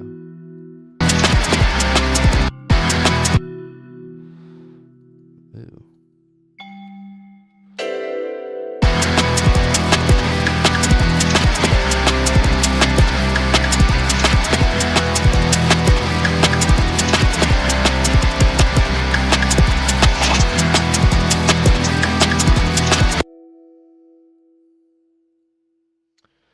I wonder if the intro should be like.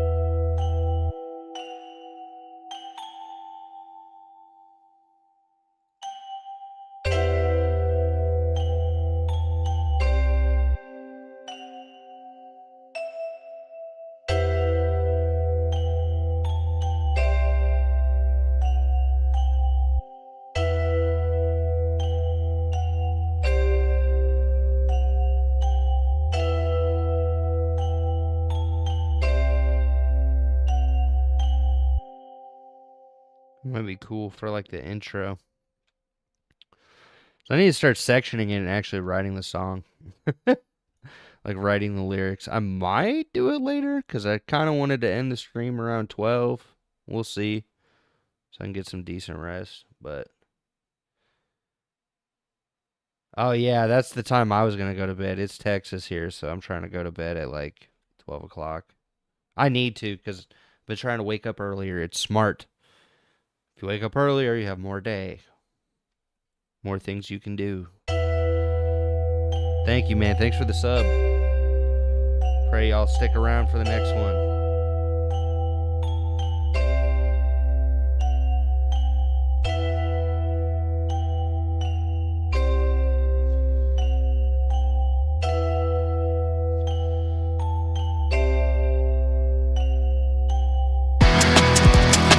Dang, bro. I do need to start streaming more. I gain more followers actually streaming than not. It's crazy, man. Blows my mind. Because my videos, they like do really bad. They're like log form ones. I got to figure out how to make better thumbnails and do all that jazz. Probably would help a lot.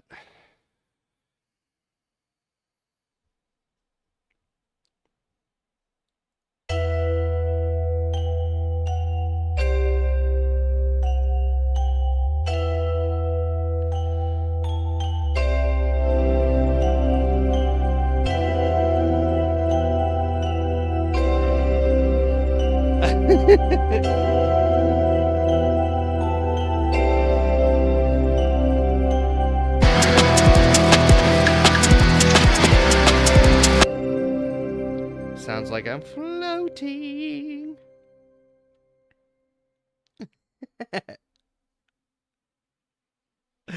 You hit the swarm button. You hit the swarm knob.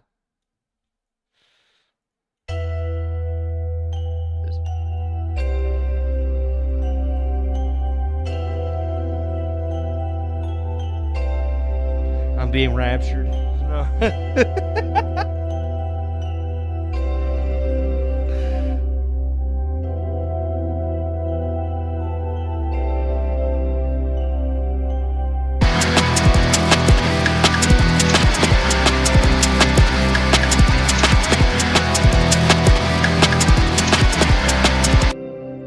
Is there something?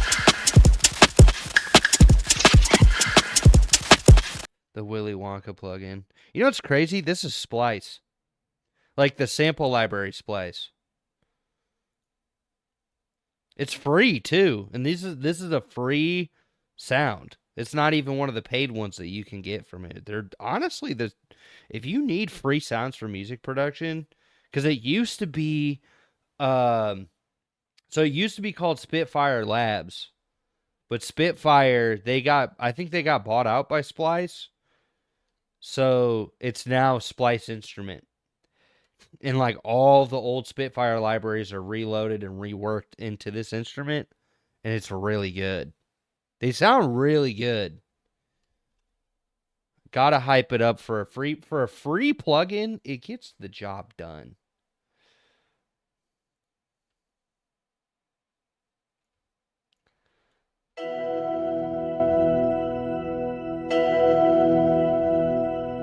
Because, like, all these libraries I have, they're all free. I did not pay a single dollar for them, and I never will. Oh, Ableton Live 12. Ableton Live 12.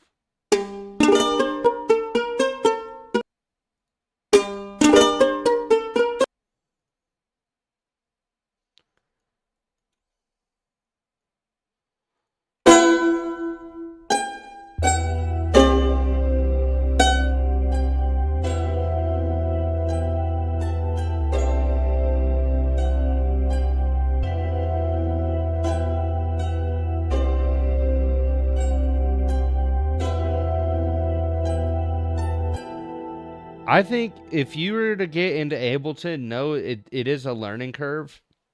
But if you actually go into it with the right mindset, you can really, really, like, you could make this into a whole show. You can program your lights. You could program video.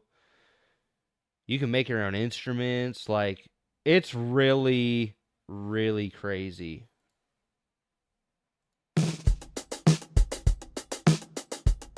Hold on.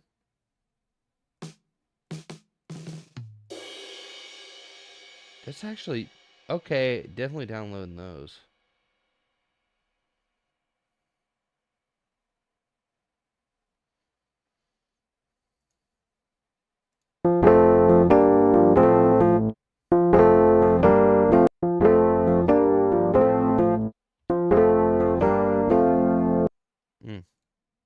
No.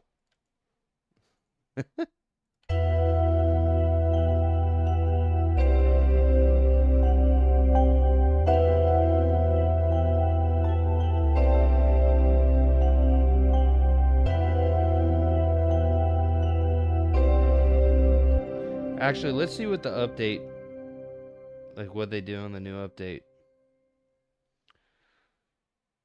Add a control surface.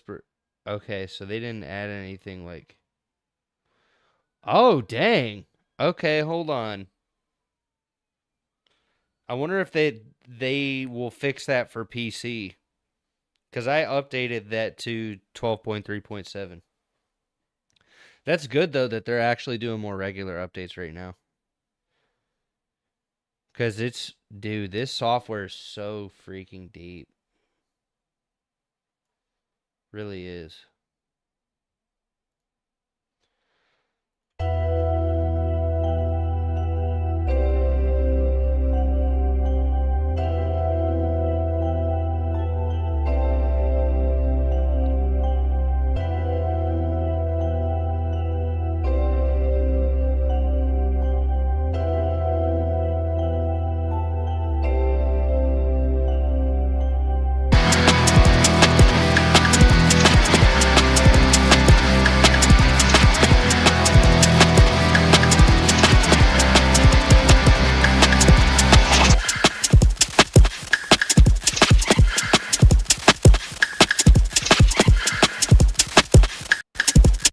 You know what I'm wondering on this? Okay, so I think what I'm going to do is I'm going to duplicate this.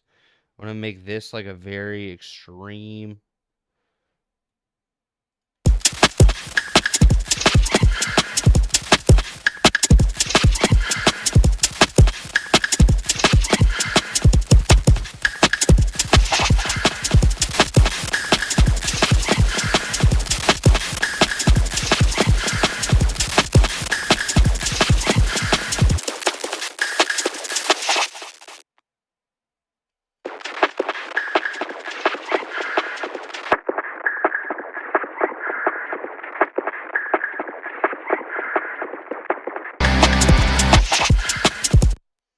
I'm going to change this. So I like this sound, but I think it just needs something different.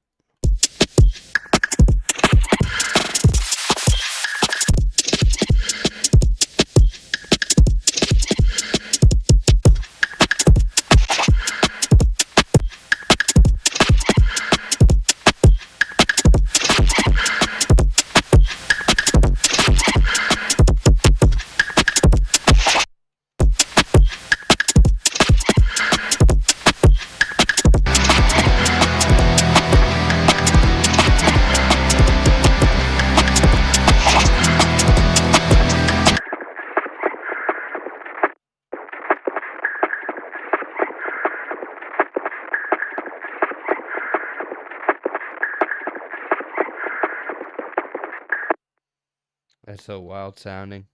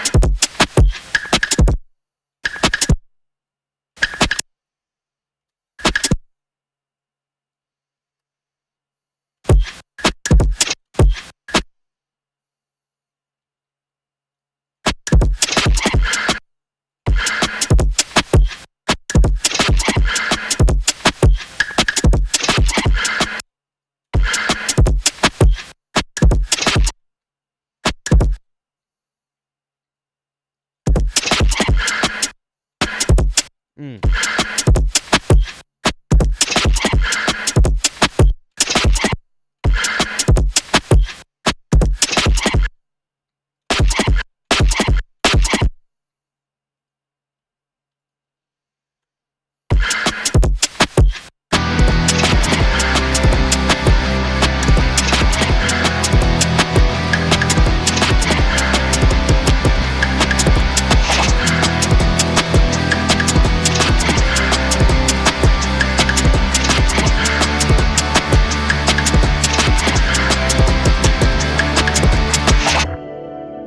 You know what I'm thinking?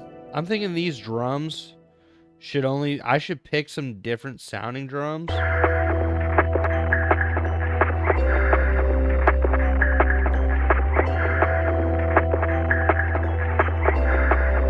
But I've got an idea. I'm gonna consolidate this. And then I'm gonna export it to a drum track. This is why I love Ableton, right? So what you can do is you can consolidate files and then make it all one. And then you can extract the grooves. Actually, no, wait, no. The grooves is one thing. You can also convert drums to a new MIDI track. And this is why I want to do that. Because I want to see how accurate it is.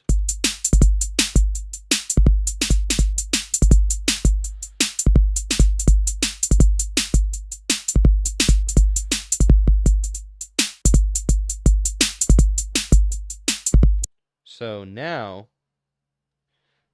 let's see what happens. Let's actually see what happens if I switch the drum sound. I'm curious because it's actually pretty spot on.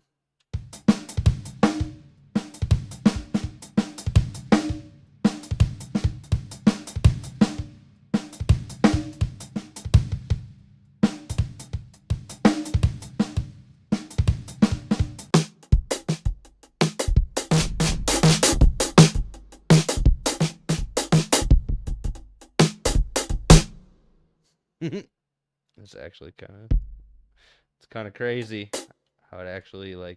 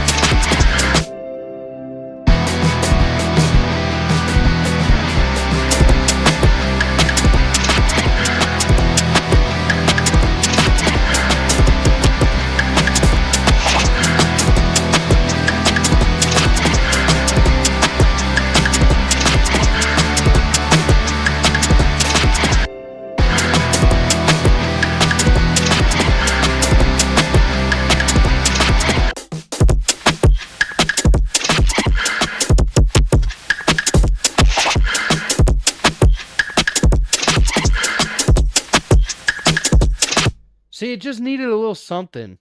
Like this is what's cool about this software, right? It's like I literally took this crappy sound and a pretty good sounding sound, and I blended them enough, and I feel like it made the drums just sound that much bigger. Without this, it sounds good.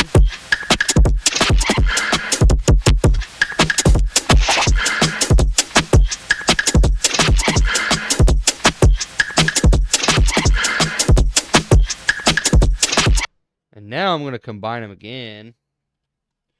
I'm going to put like, what is it? Ampex. So I do a little bit of mixing and a little bit of sound design with it. Yeah, bro. This is why I really, really like this software, is because it can take stuff that you have and like convert it. It does a pretty good job of converting the MIDI and making it pretty on par with what you want.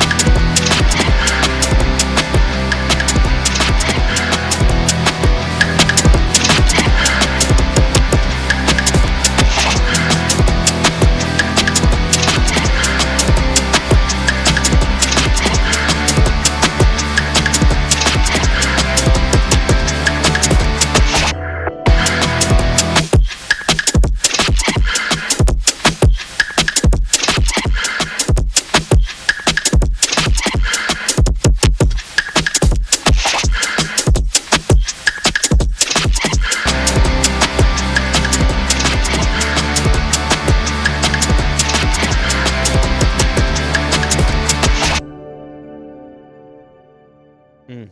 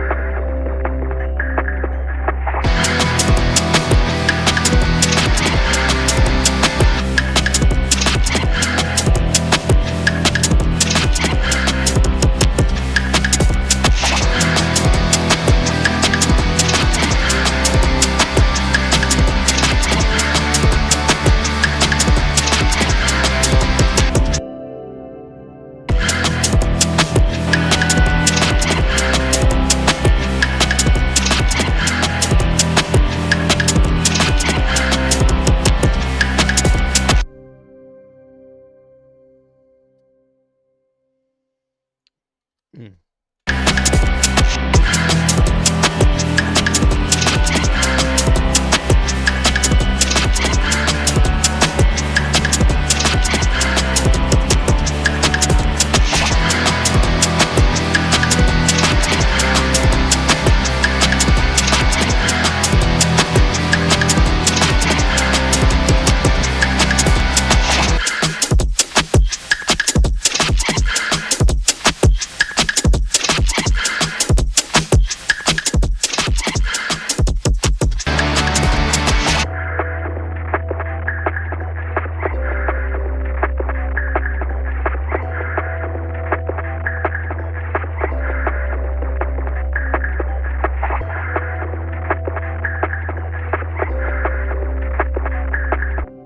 Mm.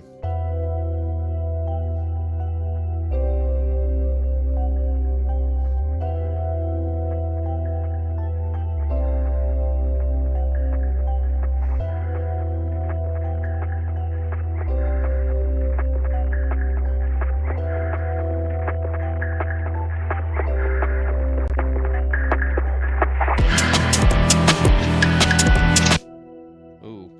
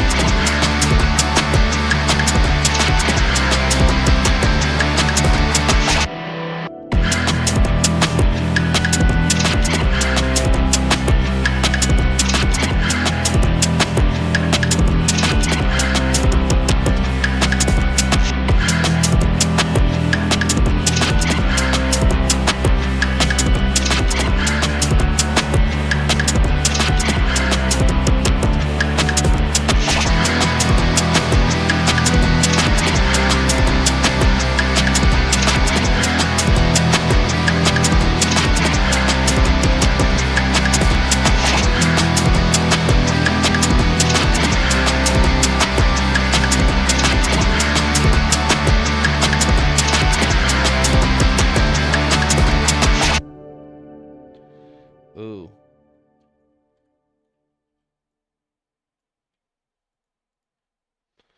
Wonder if.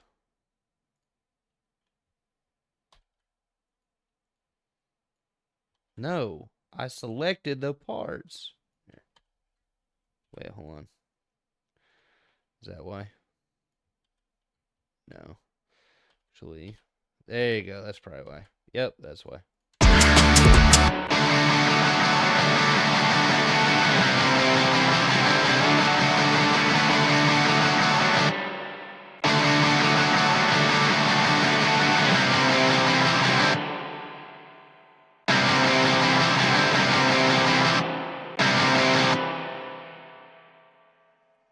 Mm.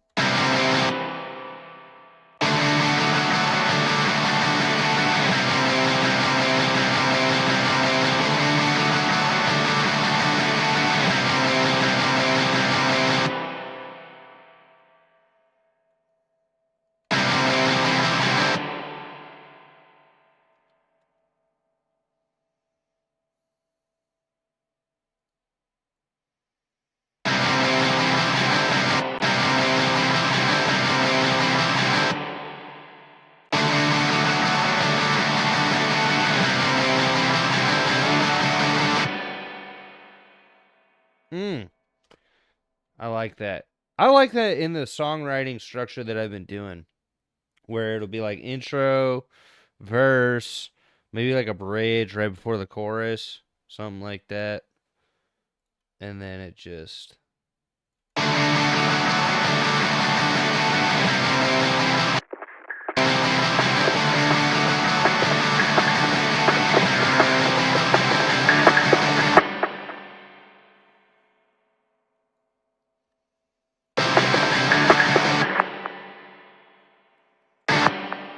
Yeah.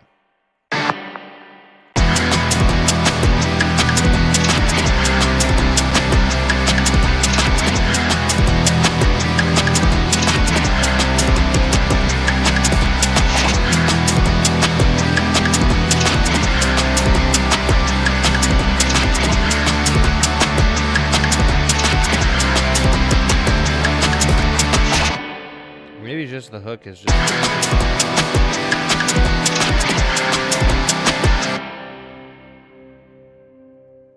Kind of do like that. Just the hook being the 2 chords.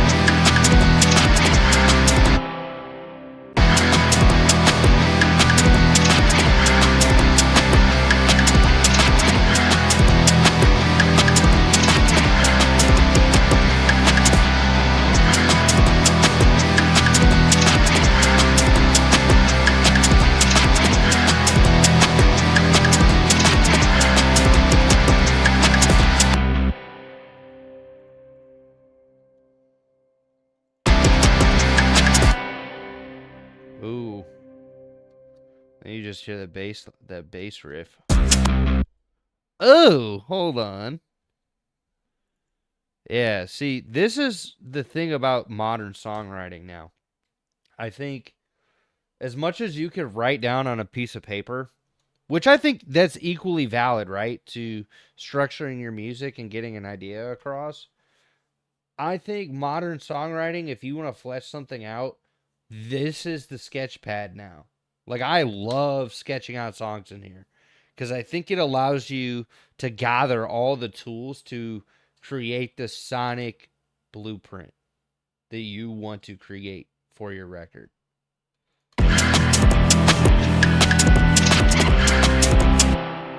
And so I think for the second verse, yeah, because I want the song to be about 3 minutes, somewhere in there. And the second verse, I think what I want to do is I just want to have the bass guitar like.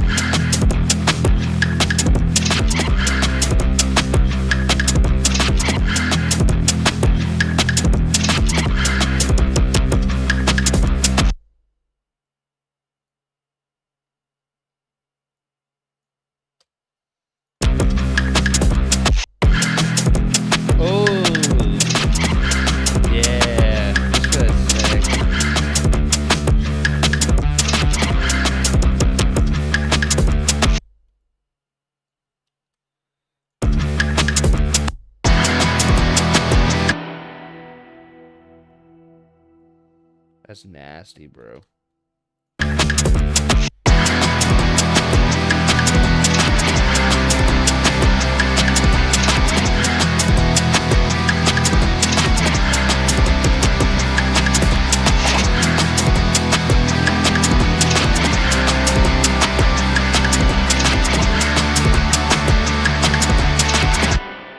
So this is the fun part of arrangement too, right? Is like once you've got a pretty good idea of what sounds you want to put in there, you can really subtract. Like you can start subtracting more than adding.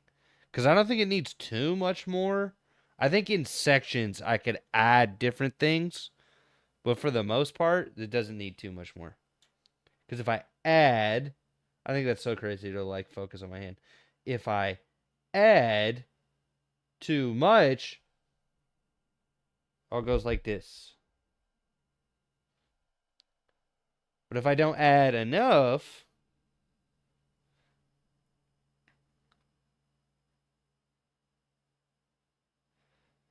it totally depends. I would say today I started with the drums. Most of the time I'll start with like a melody or a chord progression. But I've been really starting with drums recently because I want the groove. Like the first thing I've been focusing on is the groove. What is the groove? This song, I don't know if maybe at the like last chorus or something. But recently what I've been doing is I try to leave enough room for vocals. Because I do sing, I do write to these songs. And if you don't leave enough room for the vocal, it's going to be harder to mix. It's going to not translate as well. And it just doesn't hit as hard. And sometimes the silence in those moments is actually what makes the section hit. With the chorus, I think a lot of times I let the vocal be the lead. Like I'll do like harmonies. And so if I add a lead guitar, it might do a little too much. But I don't know, this might work for this record. It always depends. I think being creative is not doing everything the same every time or having immediate structure for every exact thing. Now, I think for the mixing side or like the mastering side, yeah, structure helps. Color coding helps. But when it comes to creative stuff, it's about putting paint on the canvas. Like, how can I just get an idea blurbed out? Because sometimes when I write, like as of recently, I'll save this for now. Just because I know I've been working on the same thing for a minute. I'll play whatever I was working on last night. Oh wait, no, this is the same. I clicked the wrong one. No! Just reopen the same project file. Like a goober.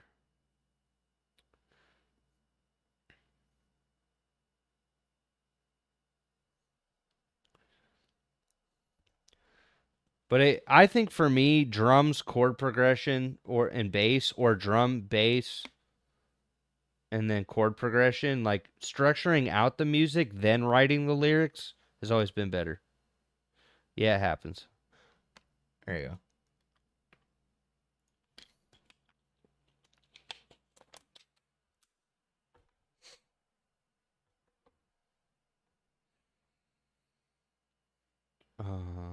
Boom, boom, boom, boom.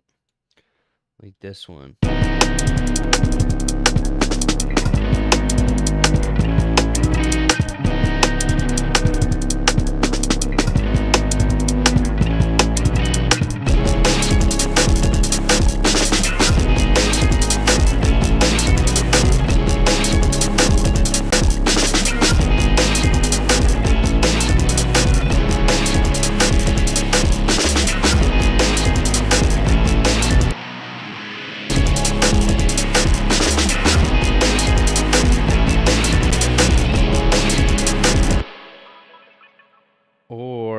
sometimes it's just getting out ideas, and then I would say I have a gaming laptop right now. So it's been pretty good. Like, I'm running this live stream on 2 streaming services and running this. So I would say if you can ideally get about 16 gigs of RAM. So I have an AMD Ryzen 9HX RTX 5060 in here. So yeah, I would say it's a gaming laptop. I got it on sale right around Black Friday. It was good.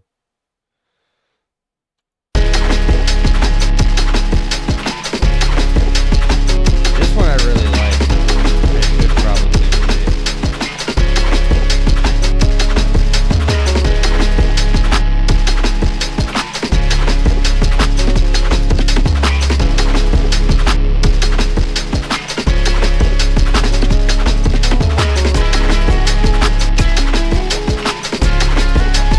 I love that modal. Like, it's reminded of nature.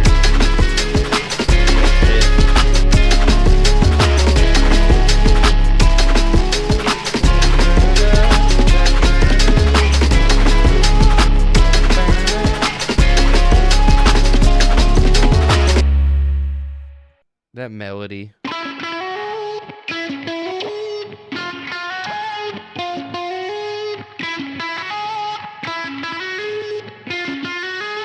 So that's the thing, is I try to make the friction of creativity as low as possible. Yeah, I agree. That would be really cool. This would be really cool. Ooh. Like, I could imagine future first-person shooter, or like a really high-intensity racing game in the future.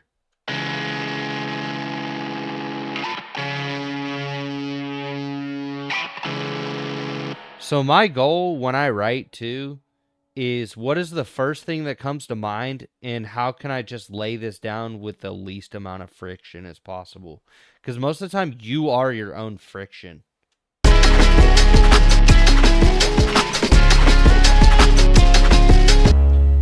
And when I write too, I do like little bits of mixing. Nothing too crazy, because mixing and sound design are not that far apart.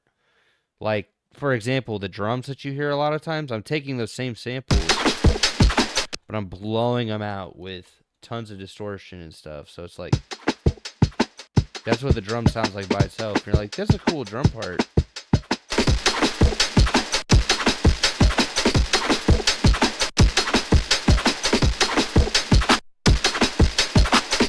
Layering it with like other drum sounds.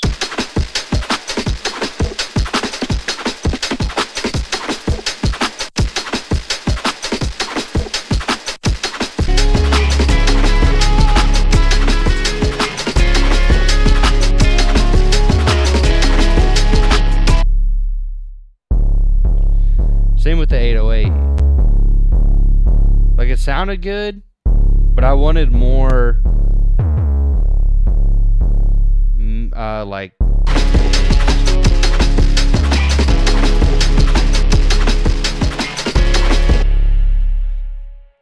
so over time, you start to develop, like, what plugins do you like the sound of? What plugins do you understand how they work for what you want in your sound? And then you implement them accordingly. Because every record's different. Every single one. You have to take a different approach every time. And, yeah, that helps a lot. I learned that the other day. And the thing is good is you could take, like, you could even, use 3 of the same drum midis, pick 3 different sound kits, and then just play them and layer them. Like, most people don't realize good sounds can come from 3 crappy sounds being put together at the same exact time, or at different times, to layer the sound. Like, layering can create more impact than just picking good sounds. picking good sounds, especially with like hip hop and stuff, that's like the easy way of doing it, right? And it helps.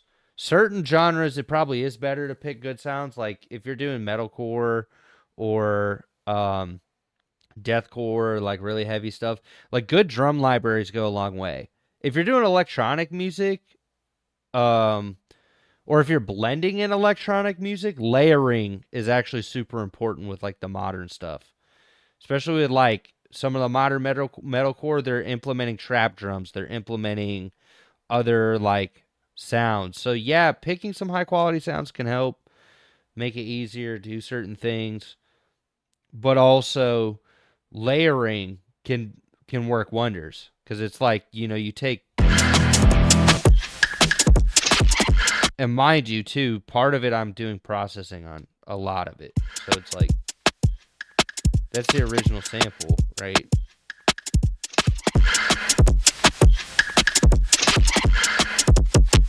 And mind you, I'm also grouping it, I'm doing tons of other things to it. So in the way that I create music, I offer a couple of ways that I do it. I would say one, I'll lay down guitar tracks that I'm feeling. Like if the guitar is the first thing have in my hand, then I'm going with that. If I feel like I just want to hear some drums, I go with that. I go with the first feeling and just go for it because a lot of times the friction, I think at first it's about structure, like understanding how to structure and what structure is for you. But then once you get further into it, the more it's just about starting. It's the same thing with going to the gym, right? Like starting is half the battle. And then being disciplined enough to just keep trying new things. Like, oh, okay, I do this workout. This routine has probably worked pretty well for the last 3 to 6 months. I need to switch up my routine. I've recently started doing that with the gym, and I've noticed like way better results. Once I started switching up the routine and every few months and trying different workouts and different exercises I haven't done because I feel strong enough to do it, and like I'm doing things with good enough form to where I could just try new things. It gets results.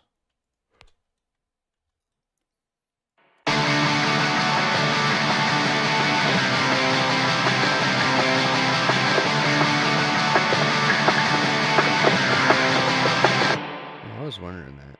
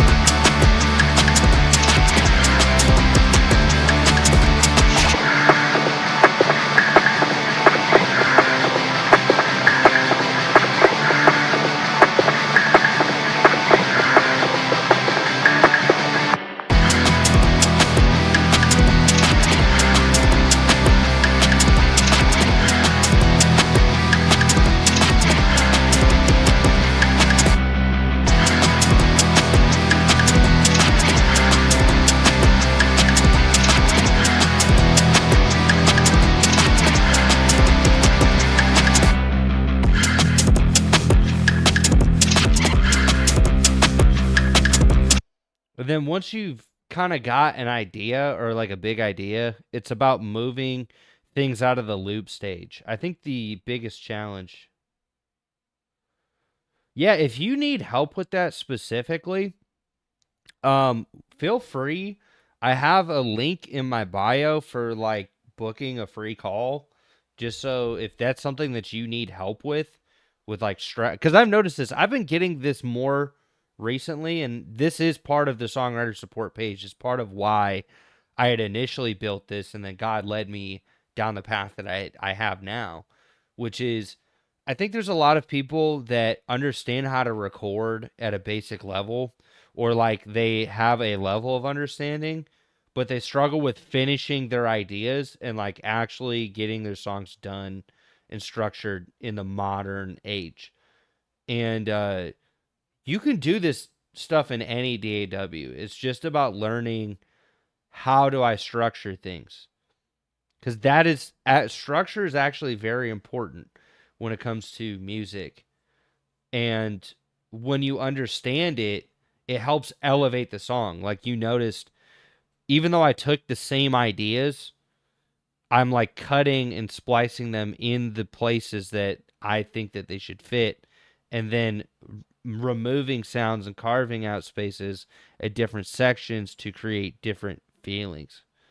And what I'll do as well, you can either book the link there, or I'm going to put the phone line that I have that's like my business line. You can contact me there, shoot me a text message, and, we could possibly book a time, or, just hit me up if you have any other questions. Feel free. This is my business line.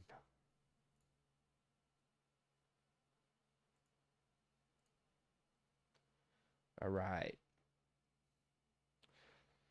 Because I think a lot of people, they struggle with this. And it's tough because if you're not like going to school, like you can watch 5 million tutorials and it doesn't teach you this stuff. Like this stuff took me years of just experimenting.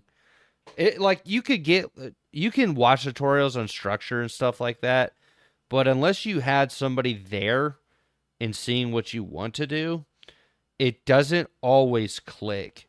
And fortunately too, like I do also use TeamViewer. So if you needed me to remote into your computer to help you with the setup part of it, or like getting certain things optimized, that's the kind of stuff I offer as well. And yeah, you guys can also just message me with any questions that you have too. That line's open for that. So I think tonight, even though I'm not going to write lyrics, I'm probably going to get a pretty decent structure and then call it. I really wanted to use this as like a test for the camera and just seeing, okay, how does it look? How does everything sound? How does it work? I think this looks better than the previous streams. So I figured out some lighting. Sounds good. It always did. I just think YouTube and all of them, they do a lot of compression. So there's limitations to all of it.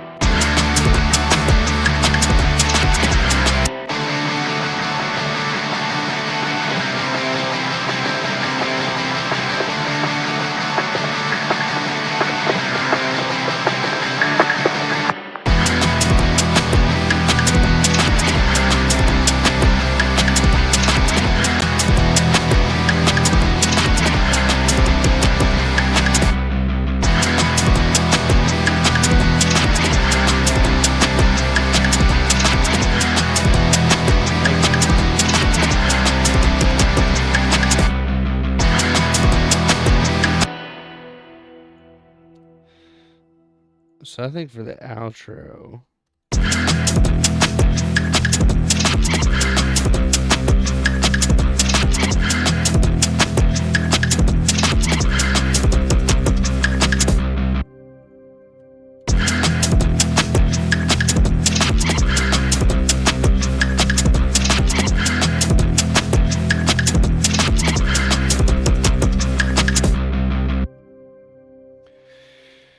Yeah.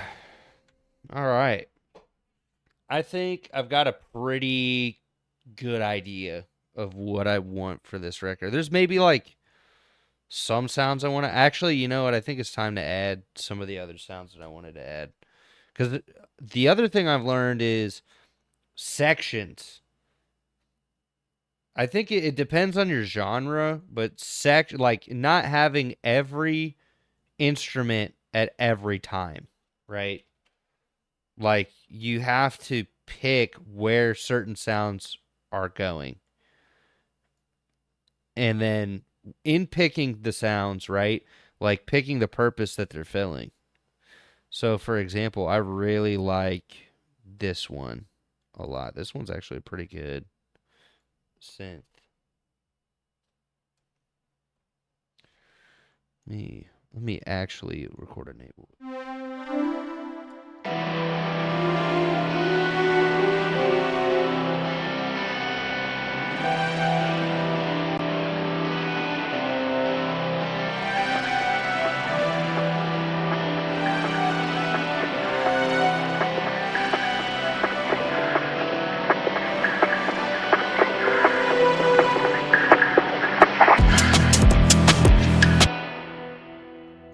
I actually did. I remember there's like a ARP. There's like a few ARPs that were in here.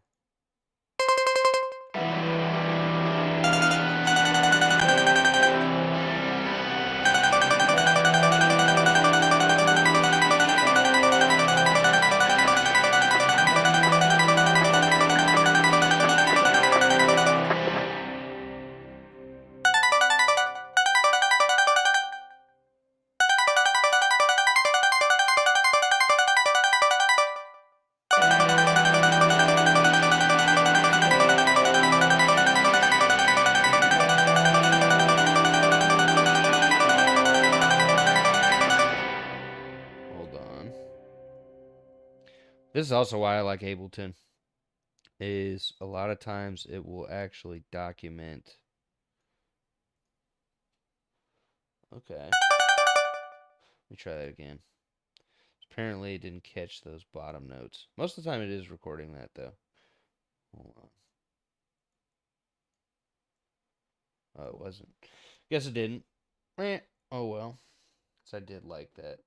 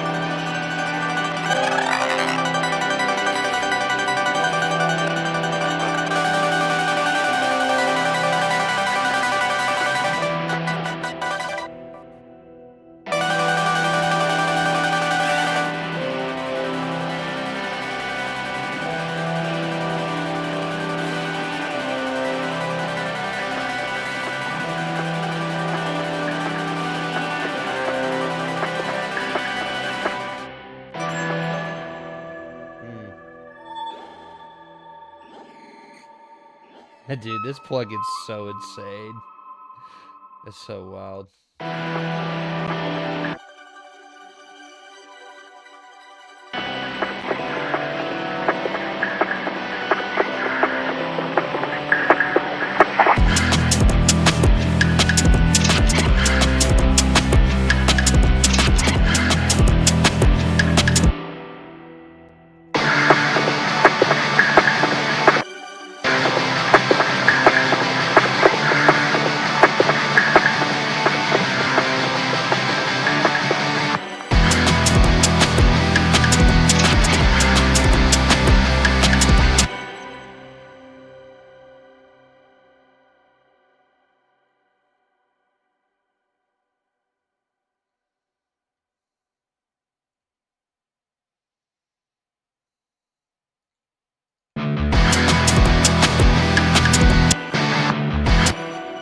Ooh, I like that too. That's kind of interesting.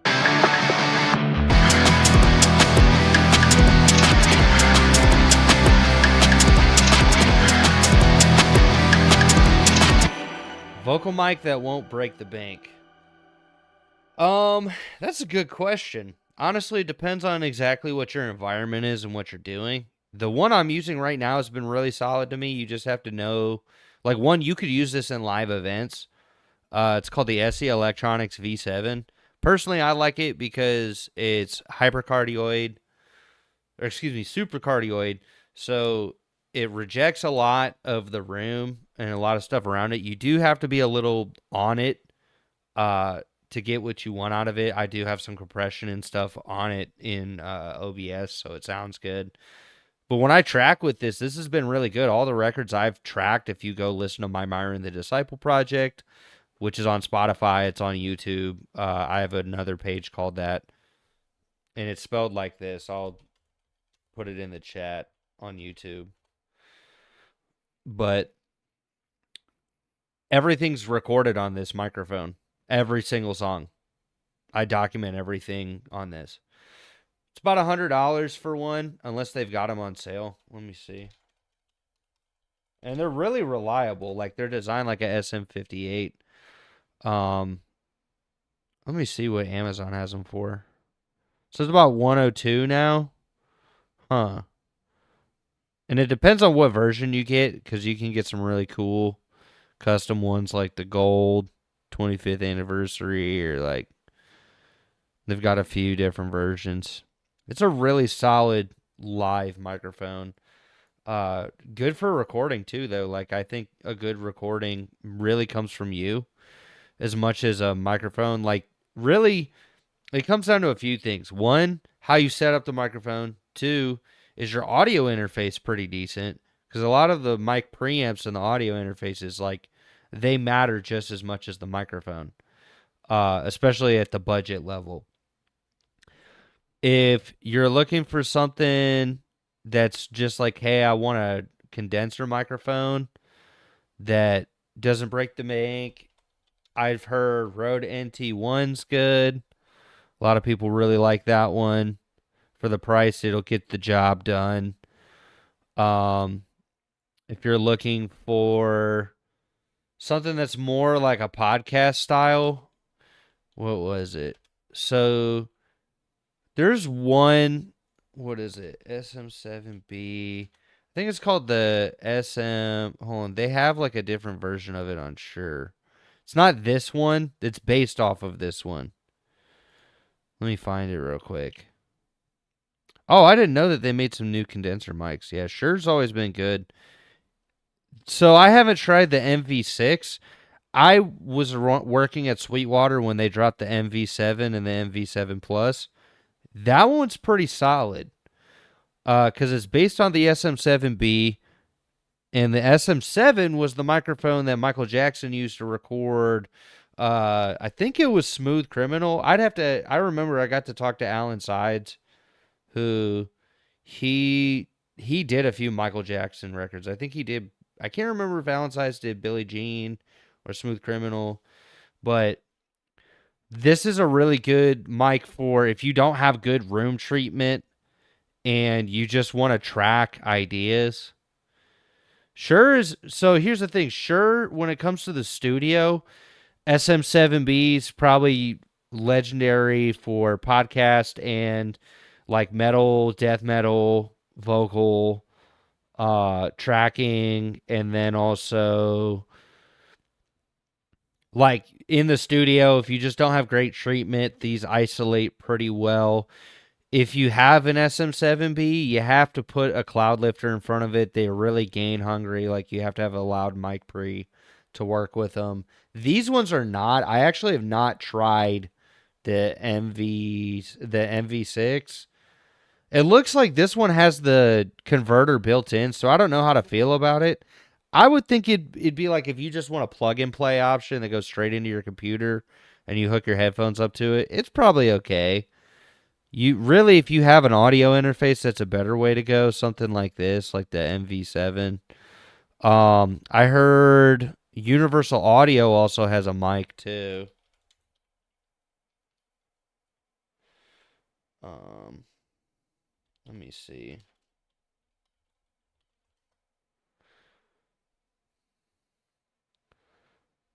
Because Universal Audio, their stuff's really good. I'm not gonna lie. I've had a really good experience with pretty much everything that they've made.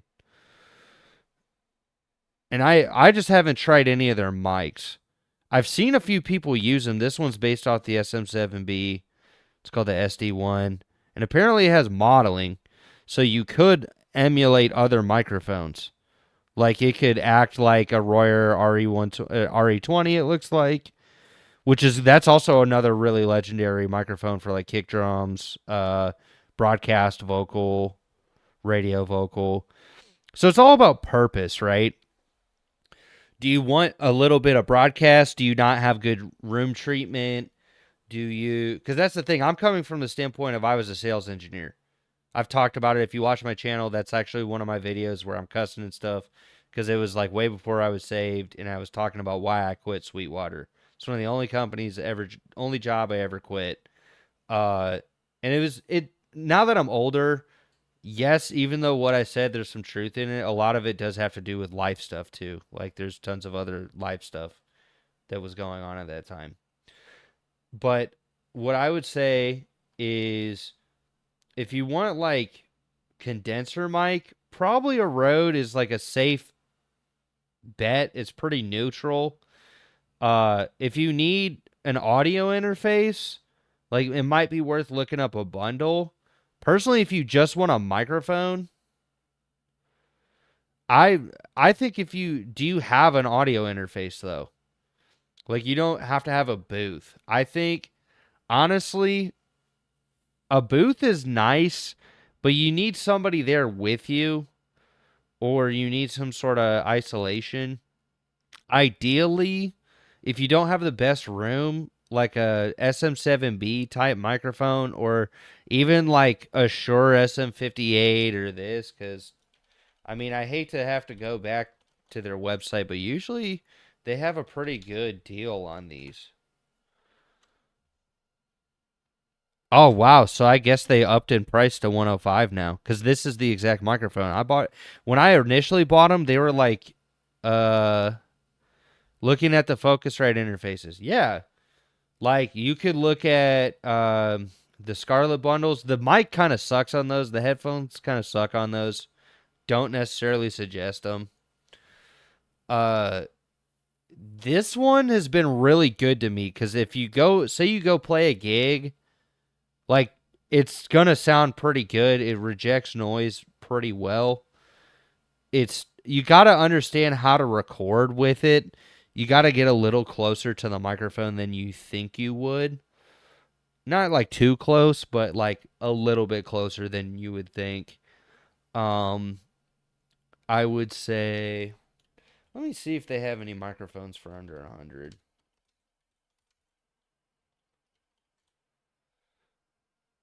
Oh wow, I don't even think they have. Let me see. Because I guess it just got that expensive now.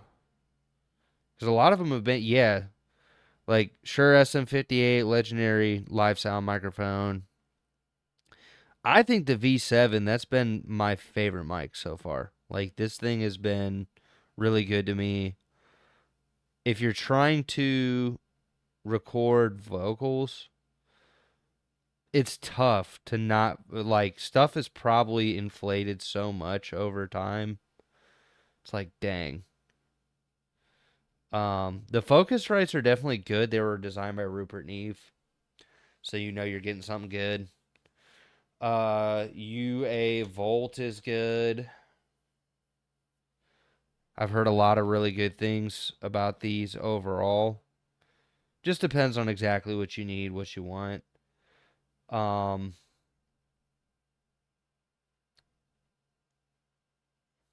What's good? Thanks for hopping into the stream.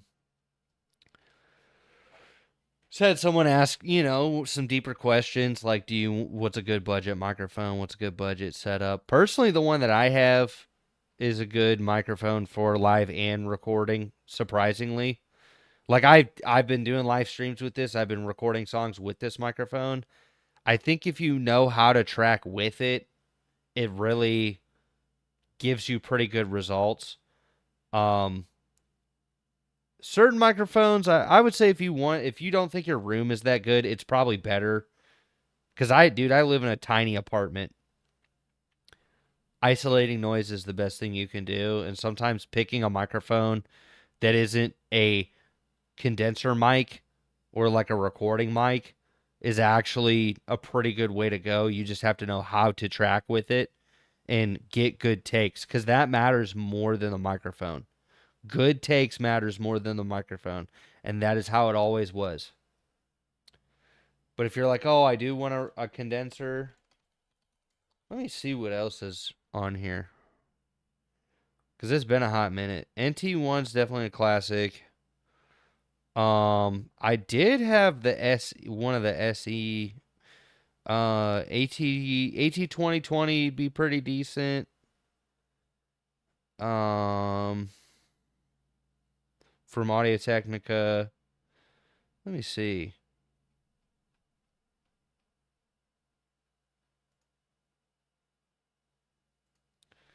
See what the low to high condensers are. Anything Behringer is gonna suck. I didn't know Mackie made microphones. That's actually kind of crazy. It probably is okay. Let's see. The Behringer stuff is, with their mics, they're really not that good. MXL, I feel the same way. I feel indifferent. I felt like they were noisy. The Avantone one was actually, those ones are okay. Those ones are pretty good. This one was pretty good across the board for a condenser mic. The Golden Age stuff was good. Because if you're trying to keep it under 100, like, you still need an audio interface, but dang, I did not know Sweetwater just decided to open the floodgates and, like, sell everybody. Because the MXL stuff is pretty cheap. It's pretty cheaply made. The Avantone stuff's pretty good, even though it's made in China. It was manufactured there. Okay, I've heard the Lewitt stuff is pretty good too. I've personally never tested it. I've seen a few people use it. I bet you it's pretty solid. But it's all about, okay, room. How much do you really want to spend? Because honestly, I got a cheap, boom, this. And I like having it here. Because it's like, okay, I'm at the computer. I could just track now. And then I have just a metal pop filter. My metal pop filter is probably about almost like half the cost of the microphone. It was a little bit pricey. It's like $50. But I went to Guitar Center and I was like buying it on a whim. So, yeah, I've got a few answers to that question. If that's stuff that you have questions about too, that's what the number's pinned on the line for. If you're like, oh, I don't trust my sales engineer, I want a little bit, I'm looking at gear, I'm looking at options, I can definitely help with that too. Because it's all about what do you want for your sound. Do you want higher quality? Because that's gonna boil down to a few things. Do you want less noise? Do you want something that's a little like it's the use cases are a few different things, like it's for broadcast and it's for recording, like because everybody's, and plus, like, what does your voice sound like? Because depending on what kind of money you're spending on it, like your voice matters too. Do you want the U87? Do you want the Elam 251? Like, all that stuff. So yeah, hopefully that answers your question. If not, I completely understand.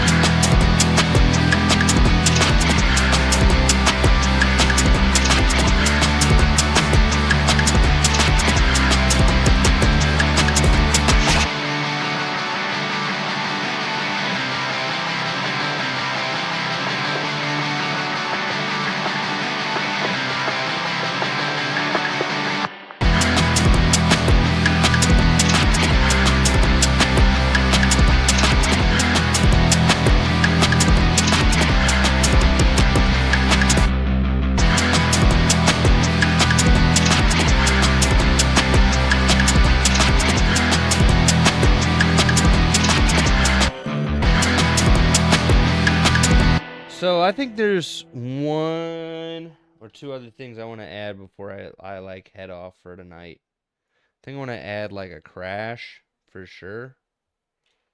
Like some sort of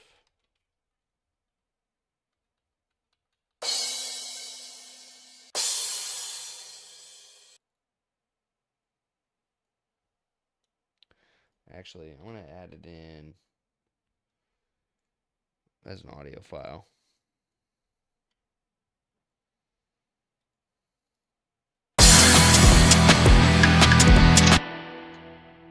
But I'm going to shorten it so it's kind of more like sounds more like a splash.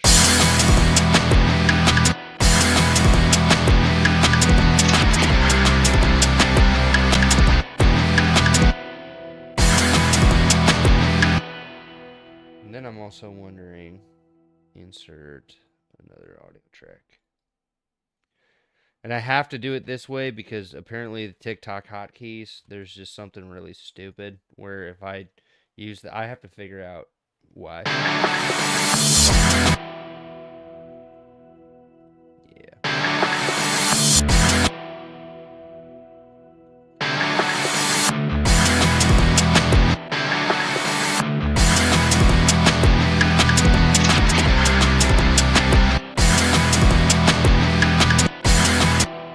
Okay, that's why it was.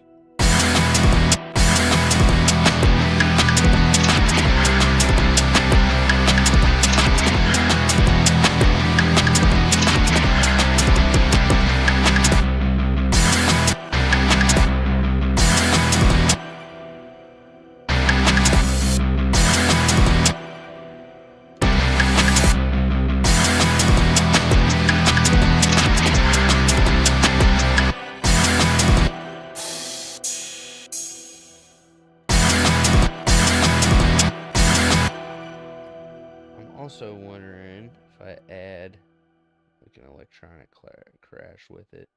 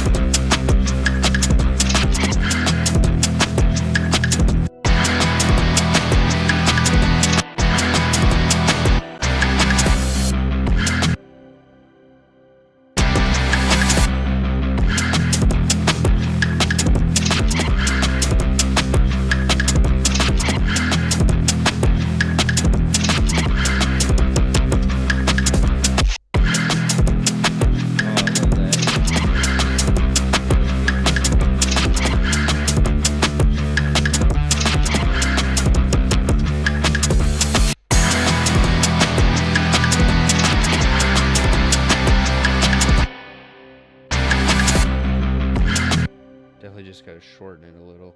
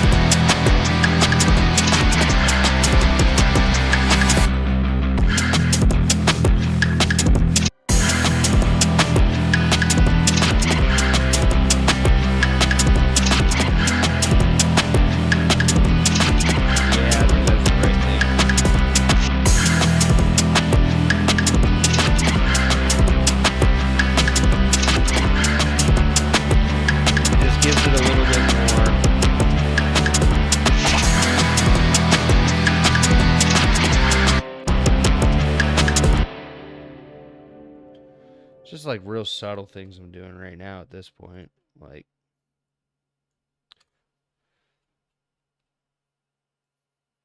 I don't have to keep doing this because I think I've gotten about as far as I wanted to go. I think 12:30 was the max I wanted to max out on, so I can at least get some rest tomorrow. We'll see.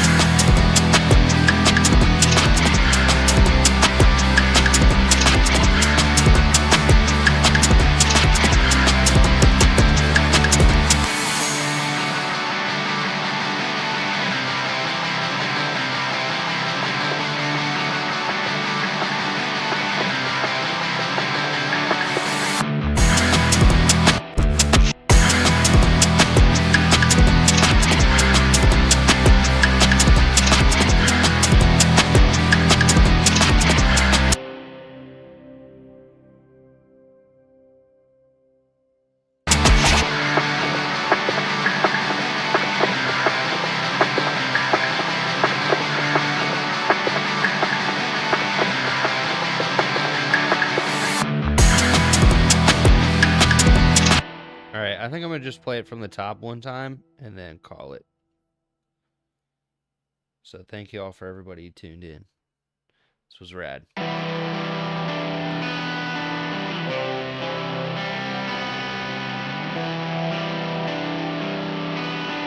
Oh, goodness. Y'all need to get some rest, too. I'll flip it back.